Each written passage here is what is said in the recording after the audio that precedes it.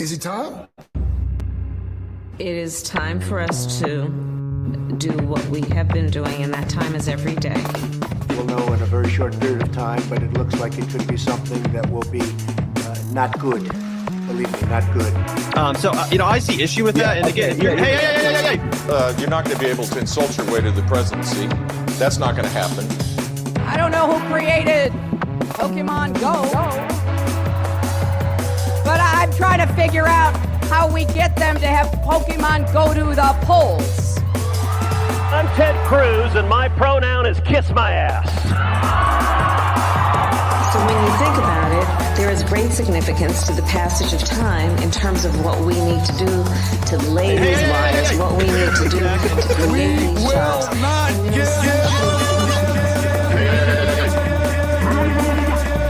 America is a nation that can be defined in a single word. I was going to put Not good. Believe me, not good.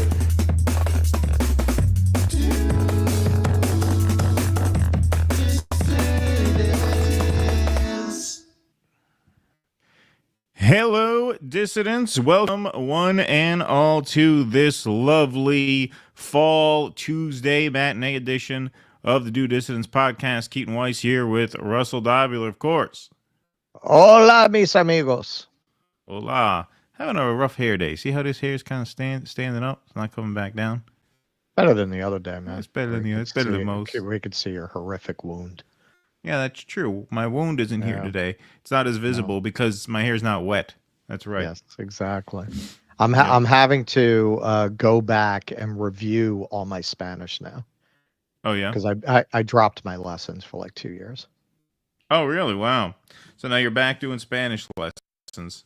Well, because then we came out of the pandemic and I was working my ass off to, start making money again.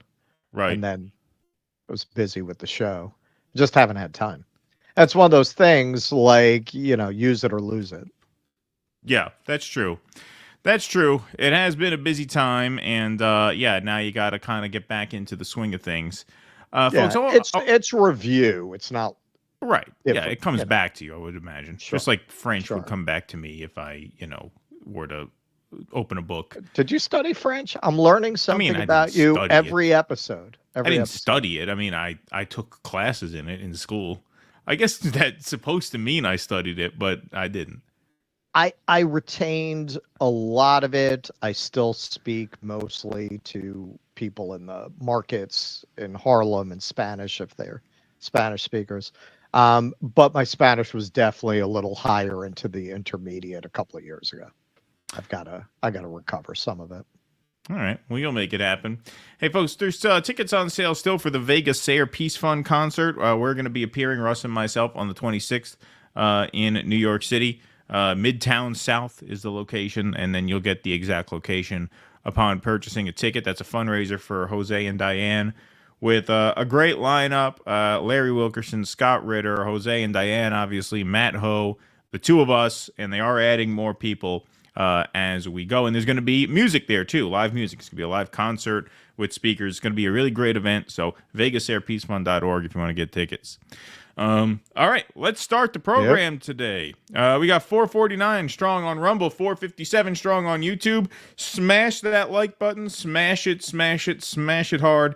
Let's get a crowd in here today. And let's start the insanity. Russ, you're up first. What's first here? The slide of the video? Which one are we doing first? Vance? Yep. Slide.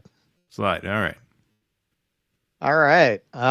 So you might have noticed lately the Trump campaign is being, some might say, us amongst them, uncharacteristically on message. Trump's trashing autonomous vehicles the day of Musk's event aside, they have been really on message, and the message has been immigration. Now, part of the reason the Kamala campaign is in such a state of panic that she's actually going on Fox. She's going on Fox tomorrow for an interview with Bret Baier.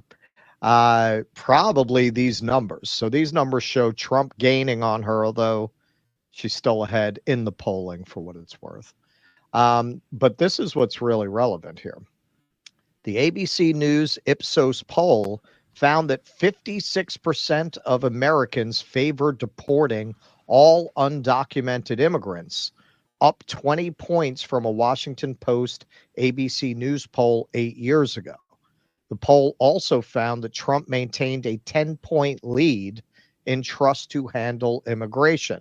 And in what I think is a related number, in the ABC News poll, about 59% said the economy is getting worse. Among registered voters who say the economy is getting worse, Trump led Harris 74% to 21%. Now, I think that is very significant because I can't imagine it's not a majority of people in the country who feel the economy is getting worse. So if you've got that kind of a majority of people who feel that way, that bodes pretty well for Trump. And I am sure there is significant overlap in the Venn diagrams that our VP come candidate adores so much between the people who feel that all the undocumented immigrants should be deported and the people who are also saying that the economy is getting worse. So, hey, it's a smart thing for them to lean into. Setting aside the politics of it, we'll take a look at the points that JD Vance just made in an interview with a New York Times reporter that got a lot of coverage. This is Lulu Garcia Navarro, and you'll be able to see very clearly in this video part of the reason why it's working so well for them politically. Not only the nuts and bolts of the immigration issue, but it very much plays as a class issue, which to a large extent it is. In this interview with JD Vance, she very quickly seems out of her depth, out of touch, and very elitist in the arguments that she's making. But we'll get into that. All right, so let's take a look at this interview. Reason that there is a housing crisis is that not enough houses have been built. And that we have 25 million people who shouldn't be here. Well, I mean, this is the thing. I think it's both. I know you do. I don't think that many people who look into this agree with you, but about a third of the construction workforce in this country is Hispanic. Of those, a large proportion are undocumented. So how do you propose to build all the housing necessary that we need in this country by removing all the people who are working in construction? Well, I think it's a fair question because we know that back in the 1960s when we had very low levels of illegal immigration, Americans didn't buy houses, didn't build houses. But of course they did. And I'm being sarcastic, of course, in service of a point, Lulu, the assumption that because a large number of home builders now are using undocumented labor, that's the only way to build homes. I think, again, the country is much bigger. Fundamental. The need is much bigger. I mean, I'm not arguing in favor of illegal. Okay, so right there, what the hell is she talking about? The country, the need is bigger, the country is bigger, so's the population. Like, what the hell are you, what? Yes, so there are more people to take the jobs too. We don't have a greater need with the same population we had in 1965. The whole thing is just off the beam. And as somebody the big difference is that corporations don't want to pay people anymore. That's the biggest change from the 1960s. Right. So Vance is incorrect too. Vance is being reductive as well by acting as if, well, the only variable here is that we didn't have illegal immigrants in the 60s, and so we had Americans building houses. The other point of this is that corporations don't want to pay people to build houses. Well, they don't pay people to do anything. Well, I don't think he's not making that point. He's making the point that they want illegal immigrants here so they don't have to pay Americans. Sure. But I think one oversight of this, and we will let this play because I'll make this point more thoroughly later. He's assuming that corporations and developers will lift supply to meet demands. And that's not always the case, but we will let it play a little more. Sure, that's not always the case, but also one point that I will make just from my own experience. Yes, construction used to be considered a really good job for a blue-collar worker. That was one of those things you wanted to start apprenticing on work sites. You'd start out lifting the cinder blocks, and you'd pick up a trade and pick up a skill, and it was a good paying job. And I saw that happen. I saw that happen to my best friend, man. Right. He was in construction. And over time, it got harder and harder for him to make a living because, yeah, a lot of illegal immigrant labor came into the workforce. And he couldn't match that. He could not match what they would charge to paint your house. They would just charge half of what somebody who's not going to be living in an apartment with 6 other people would charge. So this is what libs really miss when this conversation comes up. This woman is not in a field where she has to worry about that. She doesn't know anybody who's ever experienced that. I experienced it when I used to drive a horse and carriage. They had a lot of people come in who were not supposed to have those jobs legally. They were not legally allowed to have those jobs. And it really destroyed the labor conditions in that business. So I experienced it in a business I was in myself. So what she's saying, this is part of why Trump and Vance resonate when they talk about this, because on the other side, you have these libs who are completely out of touch. Immigration, I'm asking how you would deal with the knock-on effect of your proposal to remove millions of people who work in a critical part of the economy. Well, I think that what you would do is you would take, let's say, for example, the 7 million prime age men who have dropped out of the labor force, and you have a smaller number of women, but still millions of women prime age who have dropped out of the labor force. You absolutely could re-engage folks into the American labor market. This is, I think, To work in construction? Of course you could. I mean, the unemployment rate is 4.1%. Most people who unemployment rate, Lulu, this is important. But most people who don't work can't work in the regular economy. They're in the military, they're parents, they're sick, they're old. They might not want to work in construction. The unemployment rate does not count labor force participation dropouts. And again, this is one of the really deranged things that I think illegal immigration does to our society, is it gets us in a mindset of saying we can only build houses with illegal immigrants when we have 7 million, just men, not even women, just men who have completely dropped out of the labor force. People say, well, Americans won't do those jobs. Americans won't do those jobs for below the table wages. They won't do those jobs for non-living wages. But people will do those jobs. They will just do those jobs at certain wages. And think about this from the perspective of an American. Okay, but hold on a second. Okay. Who's going to pay them those wages? That's the question I would ask to JD Vance. That's the other piece of this that you don't really get from Trump and Vance. Who would pay them these wages? What we learned during COVID, as the lockdowns lifted and as society got back to normal, is that you had, during the lockdowns, obviously, a tanking of demand. And then as the lockdowns lifted, you saw an explosion of demand.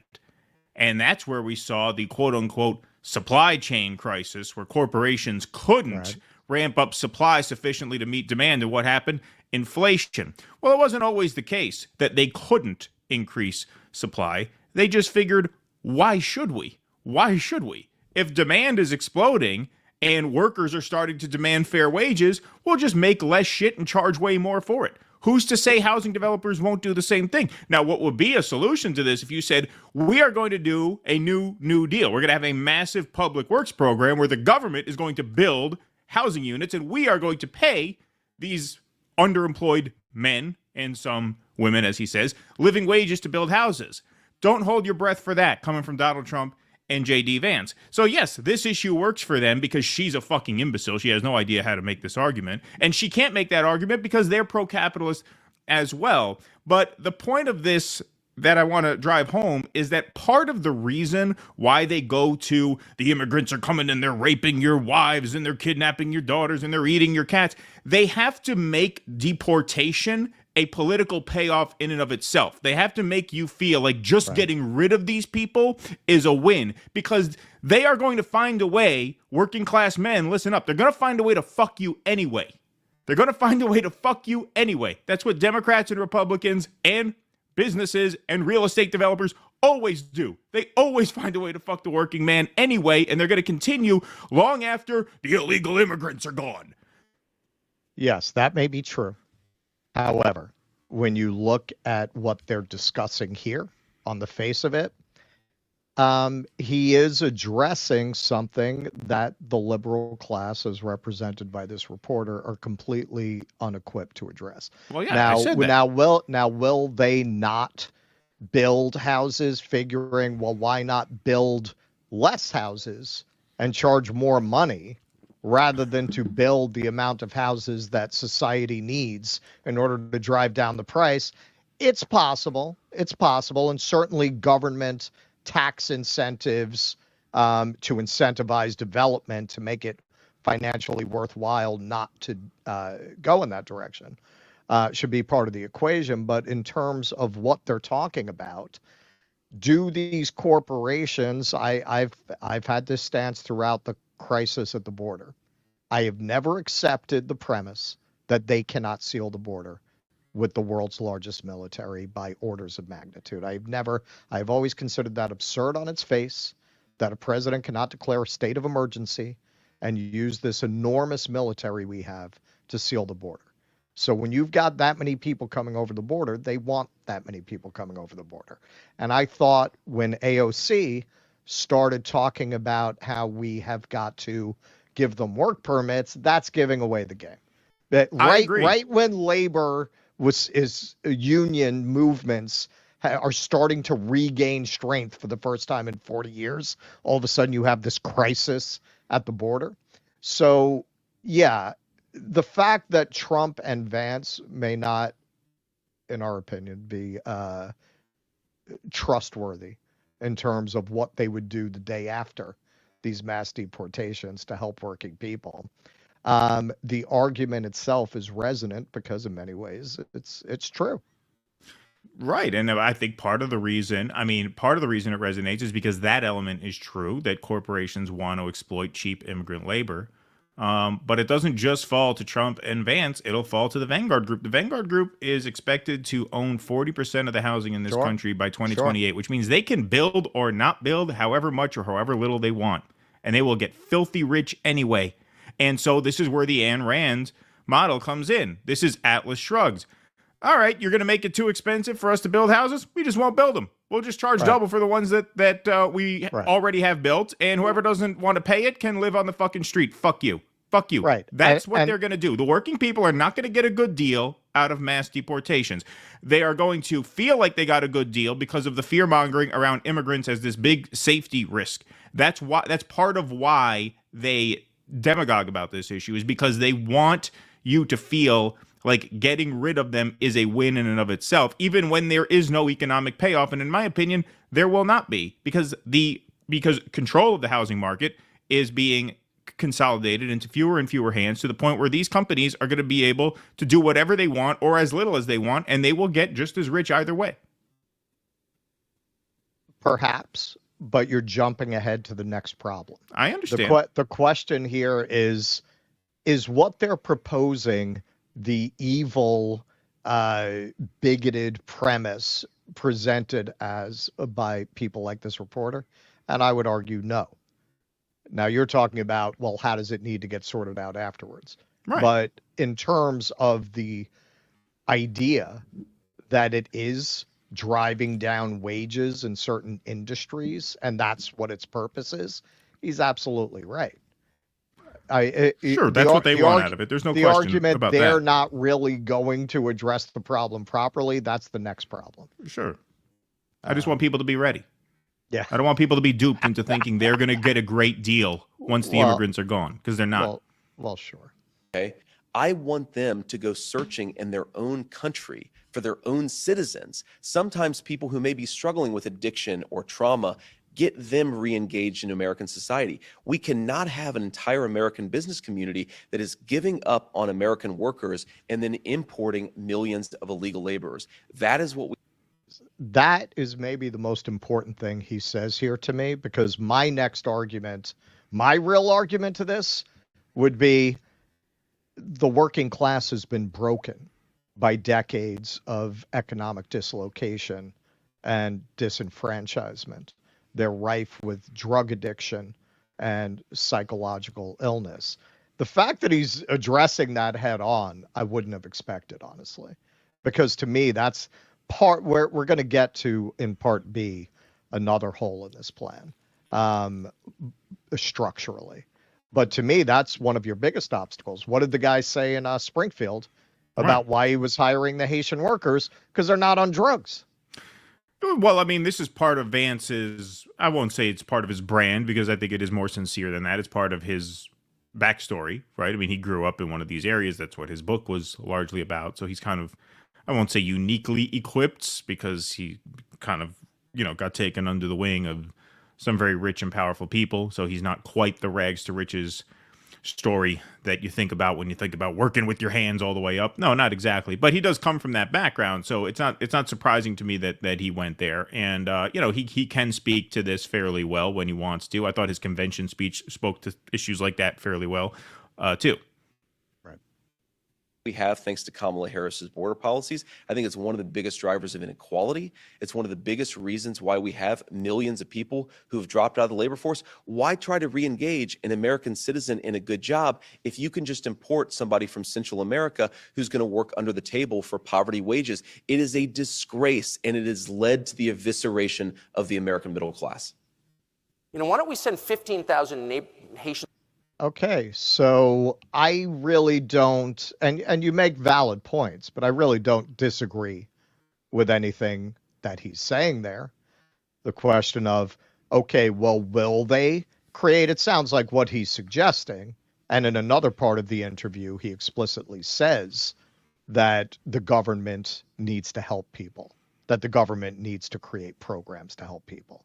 And that's kind of implicit in what he's saying here. You bring in these people who have maybe fallen victim to drug abuse and psychological illness, and you rehabilitate them back into the workforce. I mean, that's a policy nobody could really take exception to. Well, yeah, no, I mean, if they followed through and did it, which of course is the $1 million question. Right. The $1 million question is, do they actually take the next step and make sure that these houses get built with American labor that's paid a dignified wage? Boy, there is not too much evidence to suggest that the Republican Party is going to follow through on that. But sure, there you have it. Sure. But they're addressing an issue that the Democratic response to is bigotry. You're a bigot. You're a racist. Right. If you have any concerns about this, you're a Klansman. Well, and also just a complete infantilization of working people. Well, what, are we going to get Americans to build houses? Well, why the fuck not? Why wouldn't Americans build houses? Right. We can't build houses? I mean, I can't build a house. That's why I'm a podcaster. But a real man could.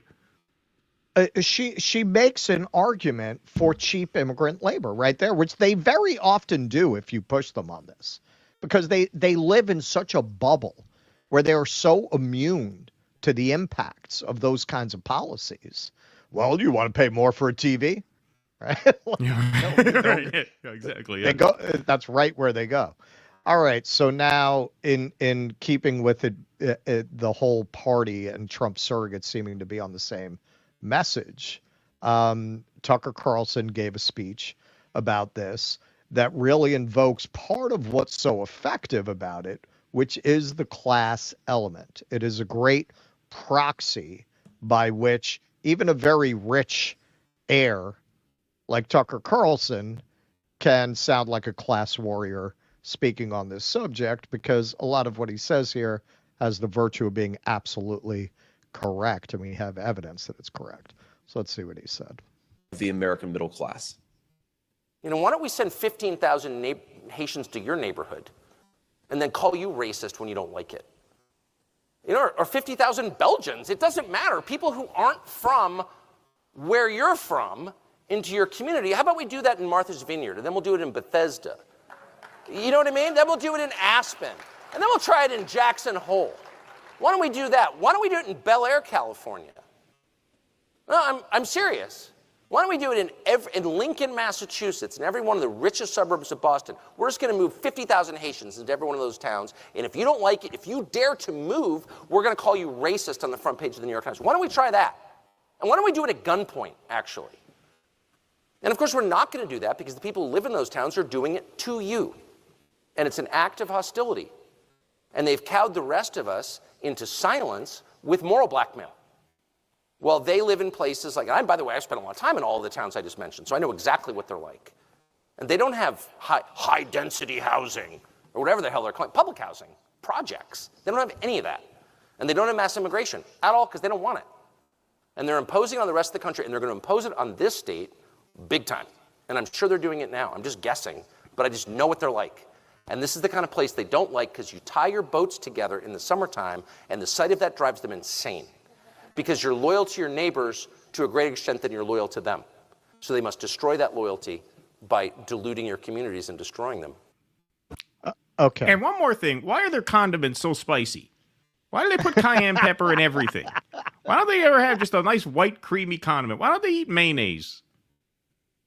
You know, that potato salad, it's bad for your heart, but it's good for your soul. Everything. The most mild salsa that you'll get is a tomatillo.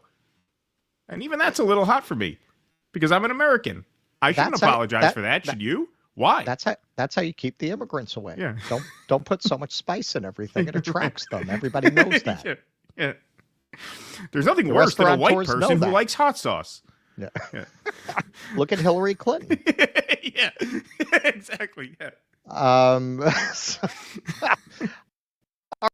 right. So I kept in that last part because I think it illustrates pretty well how many figures like Tucker Carlson weave together elements of what I think are honest and truthful observations of the hypocrisy of the liberal class, and then they take it to the crazy place.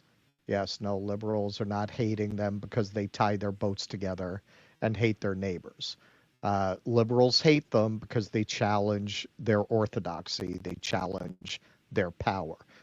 They are perfectly happy with people who tie their boats together, who bend the knee to the liberal class and its ethos and the Democratic Party. But they tie all this together into it's an old rhetorical device, the Voke. You are the Voke. You are the salt of the earth. You are the good people, not like these urban sophisticates, not like these elites. Now, part of the reason that's often so effective is there's often an element of truth in it. So I'm surprised he didn't bring this up because he presented it as speculative doing this to Martha's Vineyard.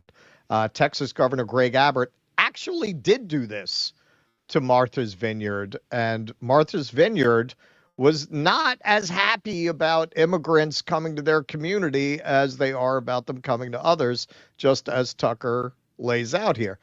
50 migrants went to Martha's Vineyard, which, by the way, Martha's Vineyard has the highest number of vacation homes in the country. And this was in the off season. So there were plenty of empty houses. They made it sound like their sewage is going to be backing up any second because of the 50 migrants straining their infrastructure. So let's see some of these wonderful specimens of humanity. So, what are the most difficult challenges right now? The difficult challenges are we have, at some point in time, they have to move from here to somewhere else, right? We don't have the services to take care of 50 immigrants, and we certainly don't have housing. We're in a housing crisis as we are on this island, and so we can't house everyone here that lives here and works here. We don't have housing for 50 more people. We're tapped out. 50 people in one of the wealthiest enclaves in the nation, and they are calling people who are screaming ouch when you put tens of thousands of people in their small towns. They're bigots for complaining about the strain on schools, on public services. 50 people in Martha's Vineyard. Yeah, Martha's Vineyard. Now, if we had real artists, honestly, looking at this painting, if we had real artists, when you go to the museum, instead of seeing, some image of somebody twerking with a fist up their ass, you would see this painting as a satire of the liberal class, as an illustration of the disgusting hypocrisy of the liberal class. This would be a great painting. Look at this woman. They have kicked out the 50 immigrants. I think it took a few days before they moved them to a military base. Look how proud this woman is because they gave them like juice boxes or something. Right. You know, they gave them like a bagged lunch. Look how proud she is of herself. Like they've been so wonderful to the immigrants. The level of self-delusion is just astounding. So let's see. Oh, they're so happy sending these migrants to a military base.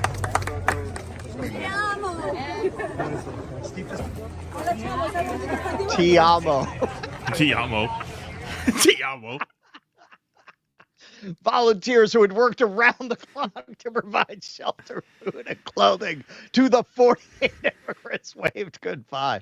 These people are really, they are, and this is why that kind of rhetoric is effective, and I'm sure it's no different now than it was 100 years ago. The liberal class, these liberal class elites, are disgusting people.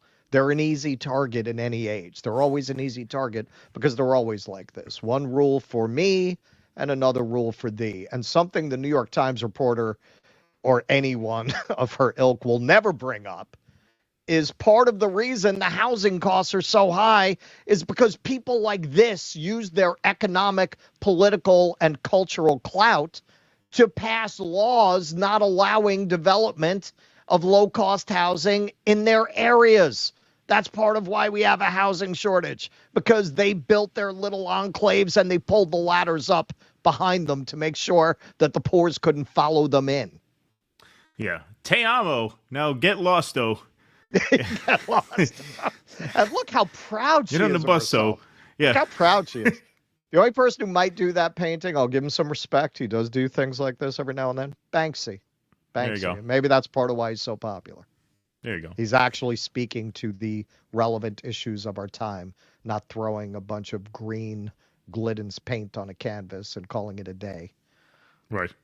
Yeah. All right. Do you want to go into part B? You want me to do some super chats first? Or you want to just flow right in? Do some super chats because my plug, I think, isn't lined up right. I've been waiting to fix it. Oh, okay. I saw Bonzo Bean say the sound was a little shaky. I can hear a little crunkling from Russ's mic, but is my mic bad too? Or if it's just, depending on whose it is, if it's both, that's a StreamYard issue that's really not workable on our end, unfortunately. I'm not hearing it. Okay, so then it might be I'm not hearing any crinkling. Nocturnal Human, got it done. Registered voter, organ donor, and all that. Now I can write in Jill Stein and wash all the red and blue MAGA cry on election day. There you go. Congratulations. Beautiful. See, we're getting some votes. We're racking up some votes for Jill Stein, I think. I think our endorsement or quasi-endorsement, whatever it is, pulled a little weight. Boom. I got Amanda. I ordered my wife to vote for Jill Stein. I commanded her to vote for Jill Stein, and she will obey. You are the king of your castle. Yeah, exactly.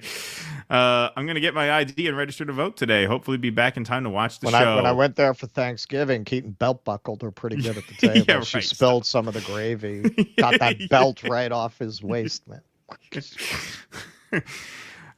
This was before the show you sent us. I'm going to get my ID and register to vote today. Hopefully I'll be back in time to watch the show. Everyone check if you were unregistered to vote like I was. Yeah, make sure you register. Eric Rousseau, extent of my Spanish is donde esta casa de Pepe. There you go. Thank you, Eric Rousseau. And illegal immigration by ending U.S. imperialism. Thank you, Eric Rousseau. Yes, indeed. Okay, well, we got Cool Blue. Election day is 3 weeks from today. Advantage Trump Republicans. P.S. Thanks for response to Barack Obama voter shaming black men. I did not see it live. Hey, Cool Blue, can you do us a favor and send us an email if you want to be our decision desk data man for our election night live stream? Do dissidents@gmail.com. Send us an email so we can actually formally work it out. I'll give you the login information and everything and kind of give you a crash course in how to send us tips all night using the private chat function. It'll only take a few minutes, but I want to give you a little bit of a tutorial. So shoot us an email so I know how to get in touch with you as opposed to just talking to you over the super chat. So do dissidents@gmail.com if you're interested, of course, but we'd love to have you. John M. in Minnesota, one cause of a shrinking labor force that few acknowledge is long-term effects of COVID. This shouldn't be controversial. I think that's probably true as well. A lot of people just hung it up for good. JM, thanks for the $2 and the thumbs up. American Disaster, thanks for the $2 on YouTube. Rent strike, they can't evict everyone. We have a segment on a rent strike, actually, in a few minutes. So stay tuned for that. American Disaster, like button It's easy. Don't be prude. That's right. Smash that like button, everybody. 1,200 in the YouTube chat. Only 370 likes. Let's get that number up. Let's smash that like button, and let's get a crowd in here. We got 875 strong on Rumble. All right. Russell, go ahead. All right. So this is something that they're really not taking into account in the immigration discussion. There is a demographic collapse throughout the Western world, and much of the Asian world. People are not having replacement level children, and it is predicted that this is really going to start to rip societies apart over the next decade or two, particularly societies like ours that have social security programs that depend on having enough workers. Now, speaking of Tucker and Vance and Trump as well, a lot of them look to Viktor Orban in Hungary and his pro-family policies as a model and a guide. Carrie Lake did a video talking that up. What they're not telling you is actually it's not working. It worked for a minute in Hungary, and that they got a little bump, but then birth rates started going back down. Reversing the decline in birth rates has become a national priority among governments worldwide, including in China and Russia, where Vladimir Putin declared 2024 the year of the family. In the U.S., both Kamala Harris and Donald Trump have pledged to rethink the U.S.'s family policies. Harris wants to offer a $6,000 baby bonus. Trump has floated free in vitro fertilization. Well, his VP's not going to like that. And tax deductions for parents. Europe and other demographically challenged economies in Asia, such as South Korea and Singapore, have been pushing back against the demographic tide with lavish parental benefits for a generation. Yet falling fertility has persisted among nearly all age groups, incomes, and education levels. Those who have many children often say they would have them even without the benefits. Those who don't say the benefits don't make enough of a difference. Keaton, seriously, you should move to these countries. You'd make out like a fucking bandit. Yeah, not a bad idea. 2 European countries devote more resources to families than almost any other nation, Hungary and Norway. Despite their programs, they have fertility rates of 1.5 and 1.4 children for every woman, respectively, far below the replacement rate of 2.1, the level needed to keep the population steady. The U.S. fertility rate is 1.6. Okay, so Hungary, I didn't include this, but after the collapse of the Soviet Union, their birth rate was at 1.2. They were able to get it up to 1.6, and then it started falling back again, which again, even 1.6 is not replacement level. Hungary was never able to get to population growth. Demographers suggest the reluctance to have kids is a fundamental cultural shift rather than a purely financial one. Quote, I used to say to myself, I'm too young. I have to finish my bachelor's degree. I have to find a partner. Then suddenly I woke up and I was 28 years old, married with a car and a house and a flexible job, and there were no more excuses, said Norwegian Nancy Listad Hurst. Even though there are now no practical barriers, I realize that I don't want children. Both Hungary and Norway spend more than 3% of GDP on their different approaches to promoting families, more than the amount they spend on their militaries, according to the Organization for Economic Cooperation and Development. Hungary says in recent years its spending on policies for families has exceeded 5% of GDP. The U.S. spends around 1% of GDP on family support through child tax credits and programs aimed at low-income Americans. Do you still get a tax credit, Keaton? Yeah, but not that big. Not that big anymore. Very small. I don't know if it's because my wife got a real job, so our income was a little higher last year than it's been in normal years. But it was like, I won't say the exact amount because I don't know if I should disclose that. But it's very small, very tiny. Yeah. Hungary's subsidized housing loan. Okay, now this is where you'd make out. You should move to Hungary, man.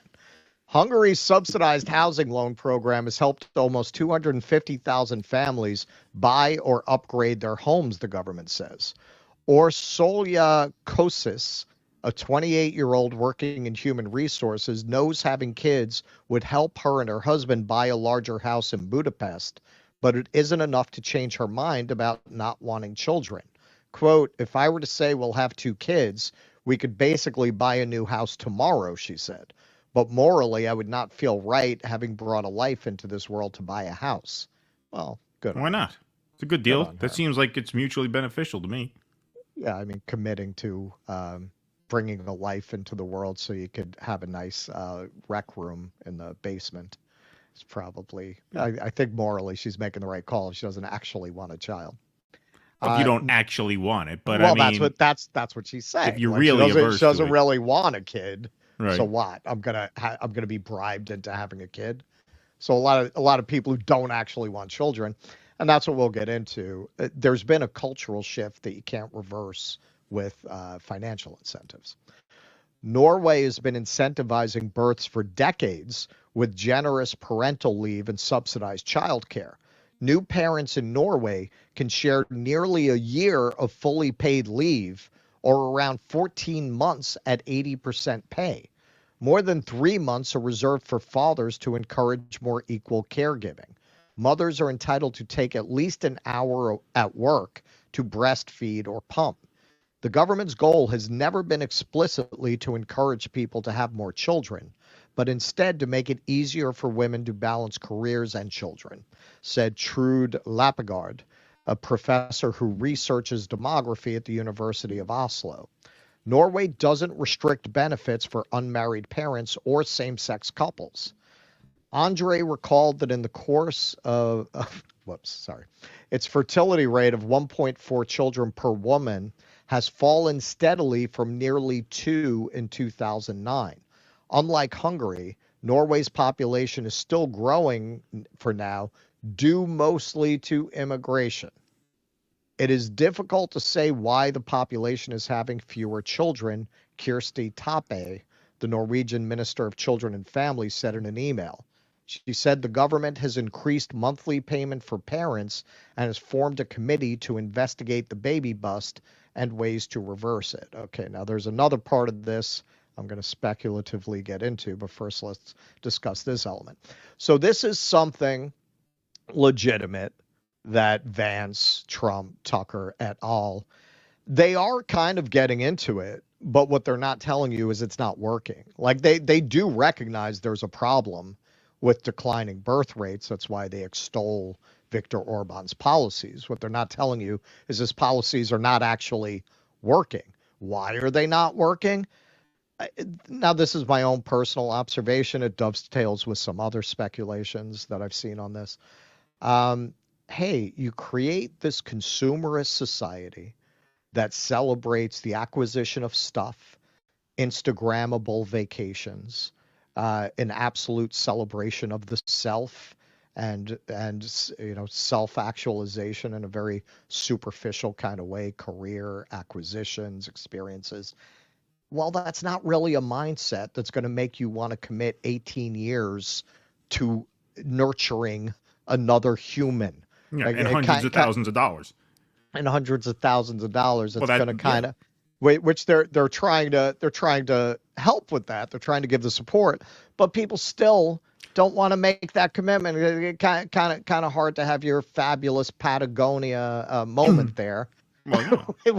when you have babies to raise. Well, that's why the Dinks went viral, because their whole thing was, hey, we can afford to buy whatever snacks we want because we don't have kids, right? And yes, it is, I believe, capitalism and consumerism that has swallowed the society and swallowed the culture along with it. That's what I think it is. Right, and that's the element that they're not getting into, because it undermines their whole thesis. It undermines their whole thesis. Well, hey, we're going to bring back family values, and we're going to get that birth rate back up, and we're going to restore the American psyche and soul, and we're going to get rid of the immigrants and get everyone employed. The immigrants, and I favor a lot of what they're saying in terms of how the immigrant labor is being used to undermine the American workforce. However, once you get rid of them, you have major problems that are going to be created by getting rid of the immigrants. You do have a drug addicted, psychologically broken working class in many places that's going to be very difficult to reincorporate into the workforce, especially based on the cruel logic of capitalism, where we're competing with other countries that don't have these problems because they haven't completely decimated their people over the course of decades. They're not completely destroyed by decades of economic dislocation the way that we are. So are you going to be able to compete in this international capitalist nightmare with that kind of a workforce if you get rid of the immigrants? And also, as the article points out, where you're having growth, it's because of immigration. It's not where you're not going to be able to just, according to this data, give people tax credits, give people support for buying a house, and all of a sudden they're going to have babies. They're not 18-year commitment. That's why it was interesting what that woman said. Yeah, she's not going to make a commitment to raising a human so she can buy a house. Yeah. How many people are? If you didn't want a kid in the first place, is that really going to make the difference? Right. And one more, as long as, you made a personal observation, I'll make one as well. This is another thing that Tucker and JD Vance won't tell you is part of what I believe is driving the low birth rate or the declining birth rate is the fact that these manosphere MAGA bros who are all about family values and having kids, they're all going gay for each other and for Joe Rogan and for Donald Trump. They're all going gay. They can't get it up for their woman anymore. I mean, you watch Joe Rogan 4 hours a day in one of those tight T-shirts and then go try and fuck your wife. Can't do it. They're too infatuated with each other and their own media figures. They're all going gay. It's becoming a gay movement. It is. It's becoming a man love movement. And that is affecting the birth rate. So everything in moderation, gentlemen. Everything in moderation. Don't watch that Rogan stuff too much. That's like porn for you. You know how porn can cause problems down there if you do it too much? So can Joe Rogan, apparently. That's my theory. Well, that's horseshoe theory right there. Yeah, the exactly. Democrats have gone all queer, and they've gone so far into the manosphere, they've gone queer too. Mm-hmm. Right, so they're meeting right. at the queer point. The horseshoe theory of queerness. You should write a book about that. The Democrats and Republicans have come all the way around to meet. All right, so that's a good segue into just a little bit. I'm just going to cover this a little bit. Now, because of these cultural forces that are causing people to have less children, this is going somewhat unnoticed. But male sperm counts have been dropping since 1970, I believe it is. At this point, most studies are attributing it to pollution. Research suggests that the whole spectrum of reproductive problems in men is increasing, including declining sperm counts, decreasing testosterone levels, and increasing rates of erectile dysfunction and testicular cancer. In general, when you get below 40 million sperm per milliliter of semen, you start to see fertility problems, says Haggai Levine, professor of epidemiology at the Hebrew University of Jerusalem. Sperm count, explains Levine, is closely linked to fertility chances. While a higher sperm count does not necessarily mean a higher probability of conception, below the 40 million per milliliter threshold, the probability of conception drops off rapidly. In 2022, Levine and his collaborators published a review of global trends in sperm count and showed that sperm counts fell on average by 1.2% per year between 1973 to 2018, from 104 to 49 million parts per milliliter. From the year 2000, this rate of decline accelerated to more than 2.6% per year. All right, so it accelerated very quickly this century. When did the Joe Rogan podcast start? we need a date on that. Yeah, we need a date. We need That's a date probably on what that did to it. really pin this data down a little more. Well, I really want to see the erectile dysfunction data. Yeah, too. well, yeah, exactly. We'd have to look at a chart for that. We'd see if we can commission an official study where Joe Rogan experience views on the x-axis, erectile dysfunction on the y-axis, and see if there's a correlation. We're gonna have to get the Rand people on. Yeah. Levine argues I looked into this. I'll fund the study on this. I know how to read the data very well. I noticed after going to speak with Joe in his studio, I was not able to molest any reporters for 6 months after that. I wasn't even interested in his assistant on the way out.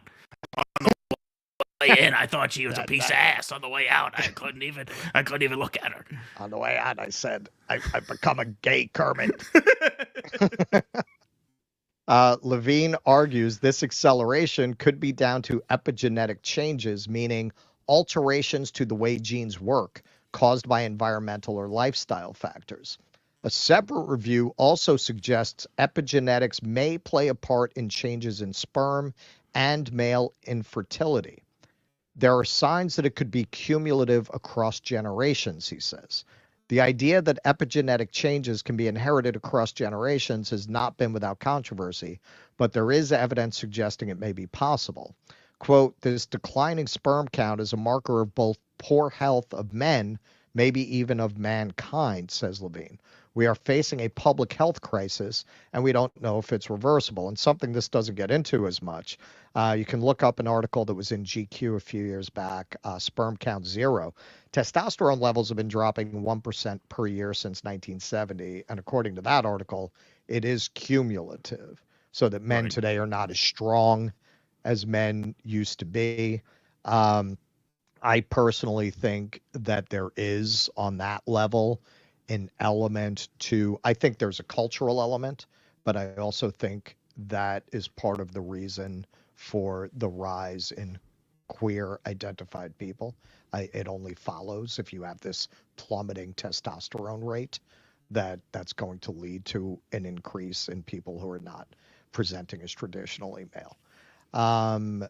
So even if you have these kinds of policies to increase families, this to me is an existential crisis that everyone should really be running around with their hair on fire about. Like that threatens the survival of the species, and it's really not being talked about. I've seen estimates that within a generation, men are going to be sterile. Mm-hmm. Well, we've been pitched, not you, apparently. Yeah, right, exactly. I said, I don't know, but yeah, I've been drinking out of plastic water bottles for a long time. Yeah, you're the Genghis Khan of the 21st century. One day, everyone's going to be descended from Keaton Weiss. Exactly. Well, I mean, look, this is why the supplement, game has really taken off. Sure. I don't feel, when you look at the manosphere, I feel like it's responding to something real. Definitely. This crisis of masculinity, both professionally, psychologically, and even physically. It's for real. But there are a lot of grifters and con artists taking advantage of men who, in this very confusing cultural moment, are trying to find their footing and find themselves. And people in that position are always very vulnerable to con artists. Right. And I think the ultimate con of right-wing politics in general, and I think it shows itself here, is that you can always do it on your own. Everybody could always do whatever they want on their own, bootstraps. Whereas the left philosophy that I subscribe to is that some things are bigger than just what you can do on your own. There are certain goals that need to be achieved through solidarity and collaboration, and yes, collectivism to a certain extent. That's, I think, the big philosophical difference between right and left. Oh, there's a war on men, so you fix it yourself. Hit the gym, eat those ribeyes, right? Take your supplements. You can change this all on your own. And what happens to 99% of people who try that? They only beat themselves up even further.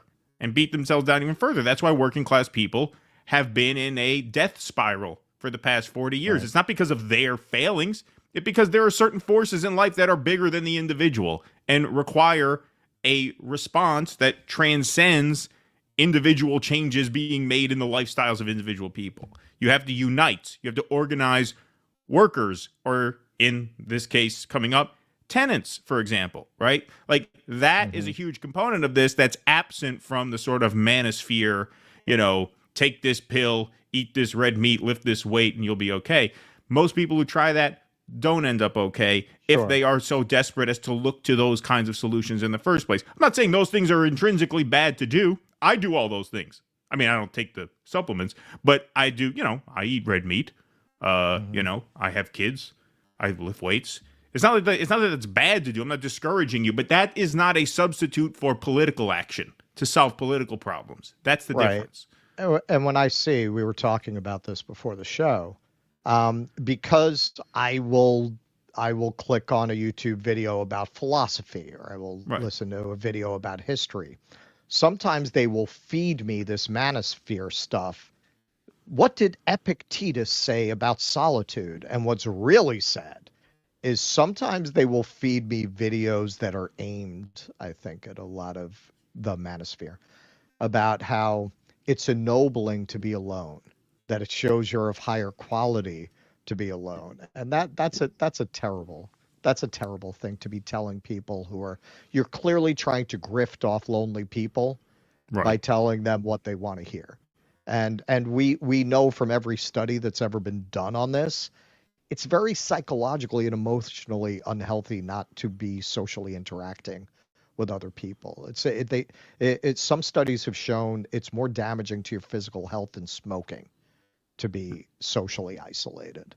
So to be feeding people videos that are based in a very warped interpretation of Stoicism, that your isolation, or they'll go on about Nietzsche, right? And well, Nietzsche did not live a life that anyone would want. Why don't you look at the life that Nietzsche lived and think, is that really what you want to emulate? It's not that somebody who lived what most people would consider a very sad life can't impart any wisdom, but is that who you want to emulate? It's not that you can't learn anything from Nietzsche, but look at the life he lived. Look at where the way he looked at things led him. Look how he ended up. It is as when you're presented with antipodal points of view that people feel very strongly about. Usually the truth is somewhere in between. Yes. Do I think that what liberalism has devolved into is a culture of the celebration of victimhood, and within this language claiming that they're empowering people, they present the most disempowering messages imaginable? I have, when I spoke with Ian Carroll, I brought up the healthy at any size thing, and I've brought that up a few times. And whenever I bring that up in my disdain for the idea, you always get people who want to jump in the comment section. Most people who try to lose weight don't lose it. You can be healthy at any size. It may be unhealthy to be overweight, but you can manage that. Okay. So first of all, you're conceding that it's unhealthy. You're conceding that. You're saying it can be managed. You're saying the way you're describing healthy at any size is that you can manage the effects. Okay. But if you look at the science, being obese is more unhealthy than quitting smoking. Now, if you look at the relapse rate of smokers, it's at least as high, if not higher, than the relapse rate of people who try to diet, at least. I never in the 26 years I smoked had anyone come to me and tell me, you should stop trying to quit smoking because most people fail. We just have to manage the symptoms. Right. That to me is the failing of the liberal class in a nutshell. The idea that enlightened thinking is to present everyone as a victim who can't manage their own shit, and you're somehow right wing if you expect more than that from yourself, or if you tell others you should expect more than that from yourself, from your life. Now, to a large extent, I think the manosphere is a reaction to that, Right. but it's an overreaction. It's Right. a reaction all the way in the other direction. Yeah, there's no such thing as collective action. There's no such thing as societal forces causing problems. You are an island unto yourself. The truth is a balance. It's somewhere in between. If you want it, even to have effective collective action, you want strong individuals who know how to take responsibility for themselves. But for those individuals to live in a world that's worth living in, you want them to have a concept of community and collective action. It's both. Right. Agreed. Kenman G, Carville, tried a jambalaya enema, took a shit so prodigious it stunk up the whole bayou. That's the economy, you tampon sucking motherfucker. Thank you, Kenman G. Appreciate that.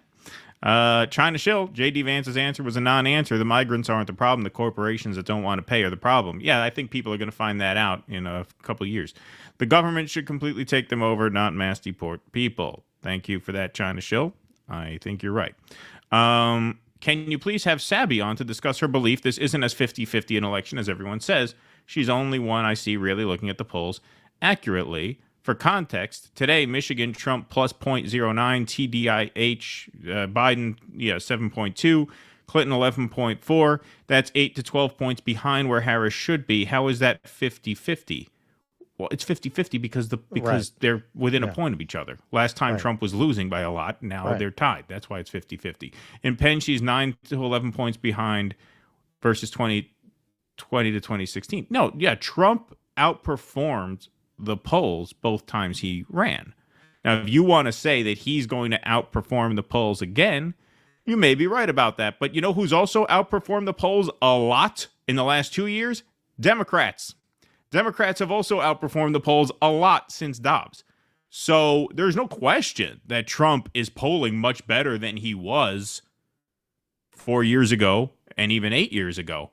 But there's also the other component of this, which is that there's been a hidden Democrat vote as well since the overturning of Roe versus Wade. Right. And so you have to factor that in. I think the polls could absolutely be wrong. In fact, they almost certainly are wrong. The question is, whose hidden vote is going to be larger? That's really the question. Right. As for having Sabby on, I'd love to have her on again. It's been too long. We haven't talked to Sabby in a while. We haven't had her on. Yeah. So yeah, for sure. All right. Let's see here. Dave Dillerai, thanks for the $20. Hastanunsa, you should try to get Tom O'Neill to talk chaos in his sequel book, which is yet to come out. A highlight could be taking your favorite horse carriage routes in New York City. Peace. Yeah, no, I that'd be plan, fun. as soon as I finish the book, I plan on inviting him on. We have almost certainly met because he drove a carriage at the same time I did. Right. We have almost certainly run across each other. It would be a long time ago, but yeah, we've almost definitely met. Mike T, thanks for the $13.99. Goddamn, Keaton, you made me LOL in my cubicle with that Joe Rogan. Thank you. What are you doing in a cubicle, scab? Just kidding, Mike T. Thank you for... I'm happy you enjoyed it. Thank you. Ryan Spence, thanks for the $2. First episode of Joe Rogan Experience was December 2009. All right, there you go. That helps us out a little bit. All right, folks, while we're on the topic of political polling, I want to do an ad for Polymarket because they are very useful. They are a resource in this space, and they're advertising with Rumble. So we're going to plug them a little bit here. If you want the clearest forecast of the 2024 election, you've got to check out Polymarket. It's the world's largest prediction market, and unlike polls or media headlines, it gives you real-time odds on who's winning based on what thousands of people predict will happen. So instead of waiting for different poll reports that come out days after events or endless commentary, I mean, you like our commentary, but endless other commentary, you can see the actual chances of each candidate winning updated by the minute. For example, right now, Harris has a 51% chance. That's a little dated, Rumble. Right now, she's down to 43. But that would mean, if she had a 51% chance, that if the election were held today, she'd win 51 out of 100 times. No media spin, just straight up probabilities. So start checking Polymarket right now at polymarket.com/elections to see how the odds are shifting. And definitely keep it open as we get closer to election night. You'll have a clearer picture before anyone else. Hit the link in the description and start tracking the election in real time with Polymarket at polymarket.com. And yep, that is one of the resources that we use when we put these shows together. All right. We've got to do this Thursday. So I just got this from a friend of show, Tusker McGinty. Apparently, Russell Brand is now selling a magical amulet that protects you from Wi-Fi signals and other evil energies for $239.99. $240 for an amulet? All right, yeah, we'll do that on Thursday. Why not? We'll see if he can sponsor the show with that. Get a Russell Brand amulet. All right, here we go. Let's move on, folks. We just did. Go ahead.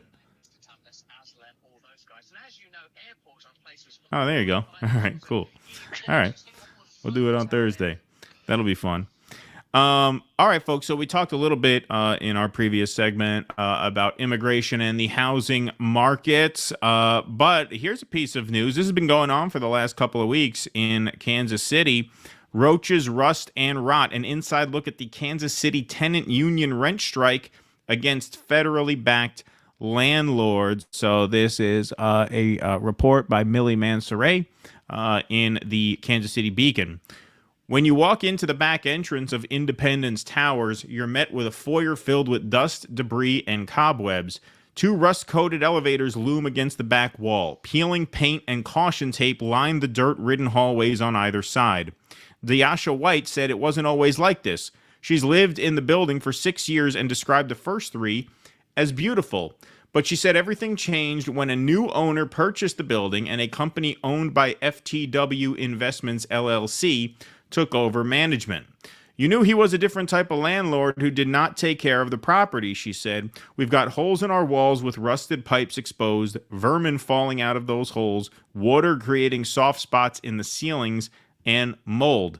Independence Towers is owned by a limited liability company, 728 North Jennings Road Partners, LLC.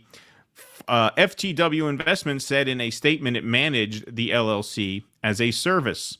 After losing hot water for weeks, White joined the Independence Towers tenant union in May. That union accounts for 65% of the 63 occupied units in the building. In mid-May, a Jackson County judge appointed Triggled Inc. to manage the property after Federal National Mortgage Association, known as Fannie Mae, accused the owners of failing to keep up with repairs and payments. But tenants say that essential repairs have not been addressed. They say Triguild, Vice President Nancy Daniels has not communicated with the union since a meeting in June. The Independence Towers Union, together with the Quality Hill Towers Tenant Union, launched a rent strike on October 1st to demand better living conditions. The strike is organized by KC tenants. The unions are advocating for maintenance improvements, collectively bargained leases, and national rent caps on federally backed buildings. KC tenants say both properties were purchased with multi-million-dollar loans backed by Fannie Mae in 2021, the post-COVID year. The tenant unions want a national rent cap of 3% for all buildings that receive loans backed by Fannie Mae, which is regulated by the Federal Housing Finance Agency. They also seek repairs and maintenance for their respective buildings, as well as collectively bargained leases for residents. Of course, a great idea. The company gave tenants until October 3rd to submit their rent before issuing a total of $2,750 in late fees to residents in the 55 striking units, according to an October 5th KC Tenants press release. I don't know how it works. Maybe it's state by state, but in New York State, you have until the 5th before your rent is even considered late. It's not even considered late until the 5th. So I don't know why they're imposing late fees on the 3rd. Maybe it's different state by state. Different state. But tenants said they taped their late fee notices to management's door and burned several outside their offices. That's the way. Yeah, that's the way. There you go. Here it is, happening now from October 4th. Striking tenants burn late fee notices they received in Quality Hill Towers in downtown Kansas City. We burn this now!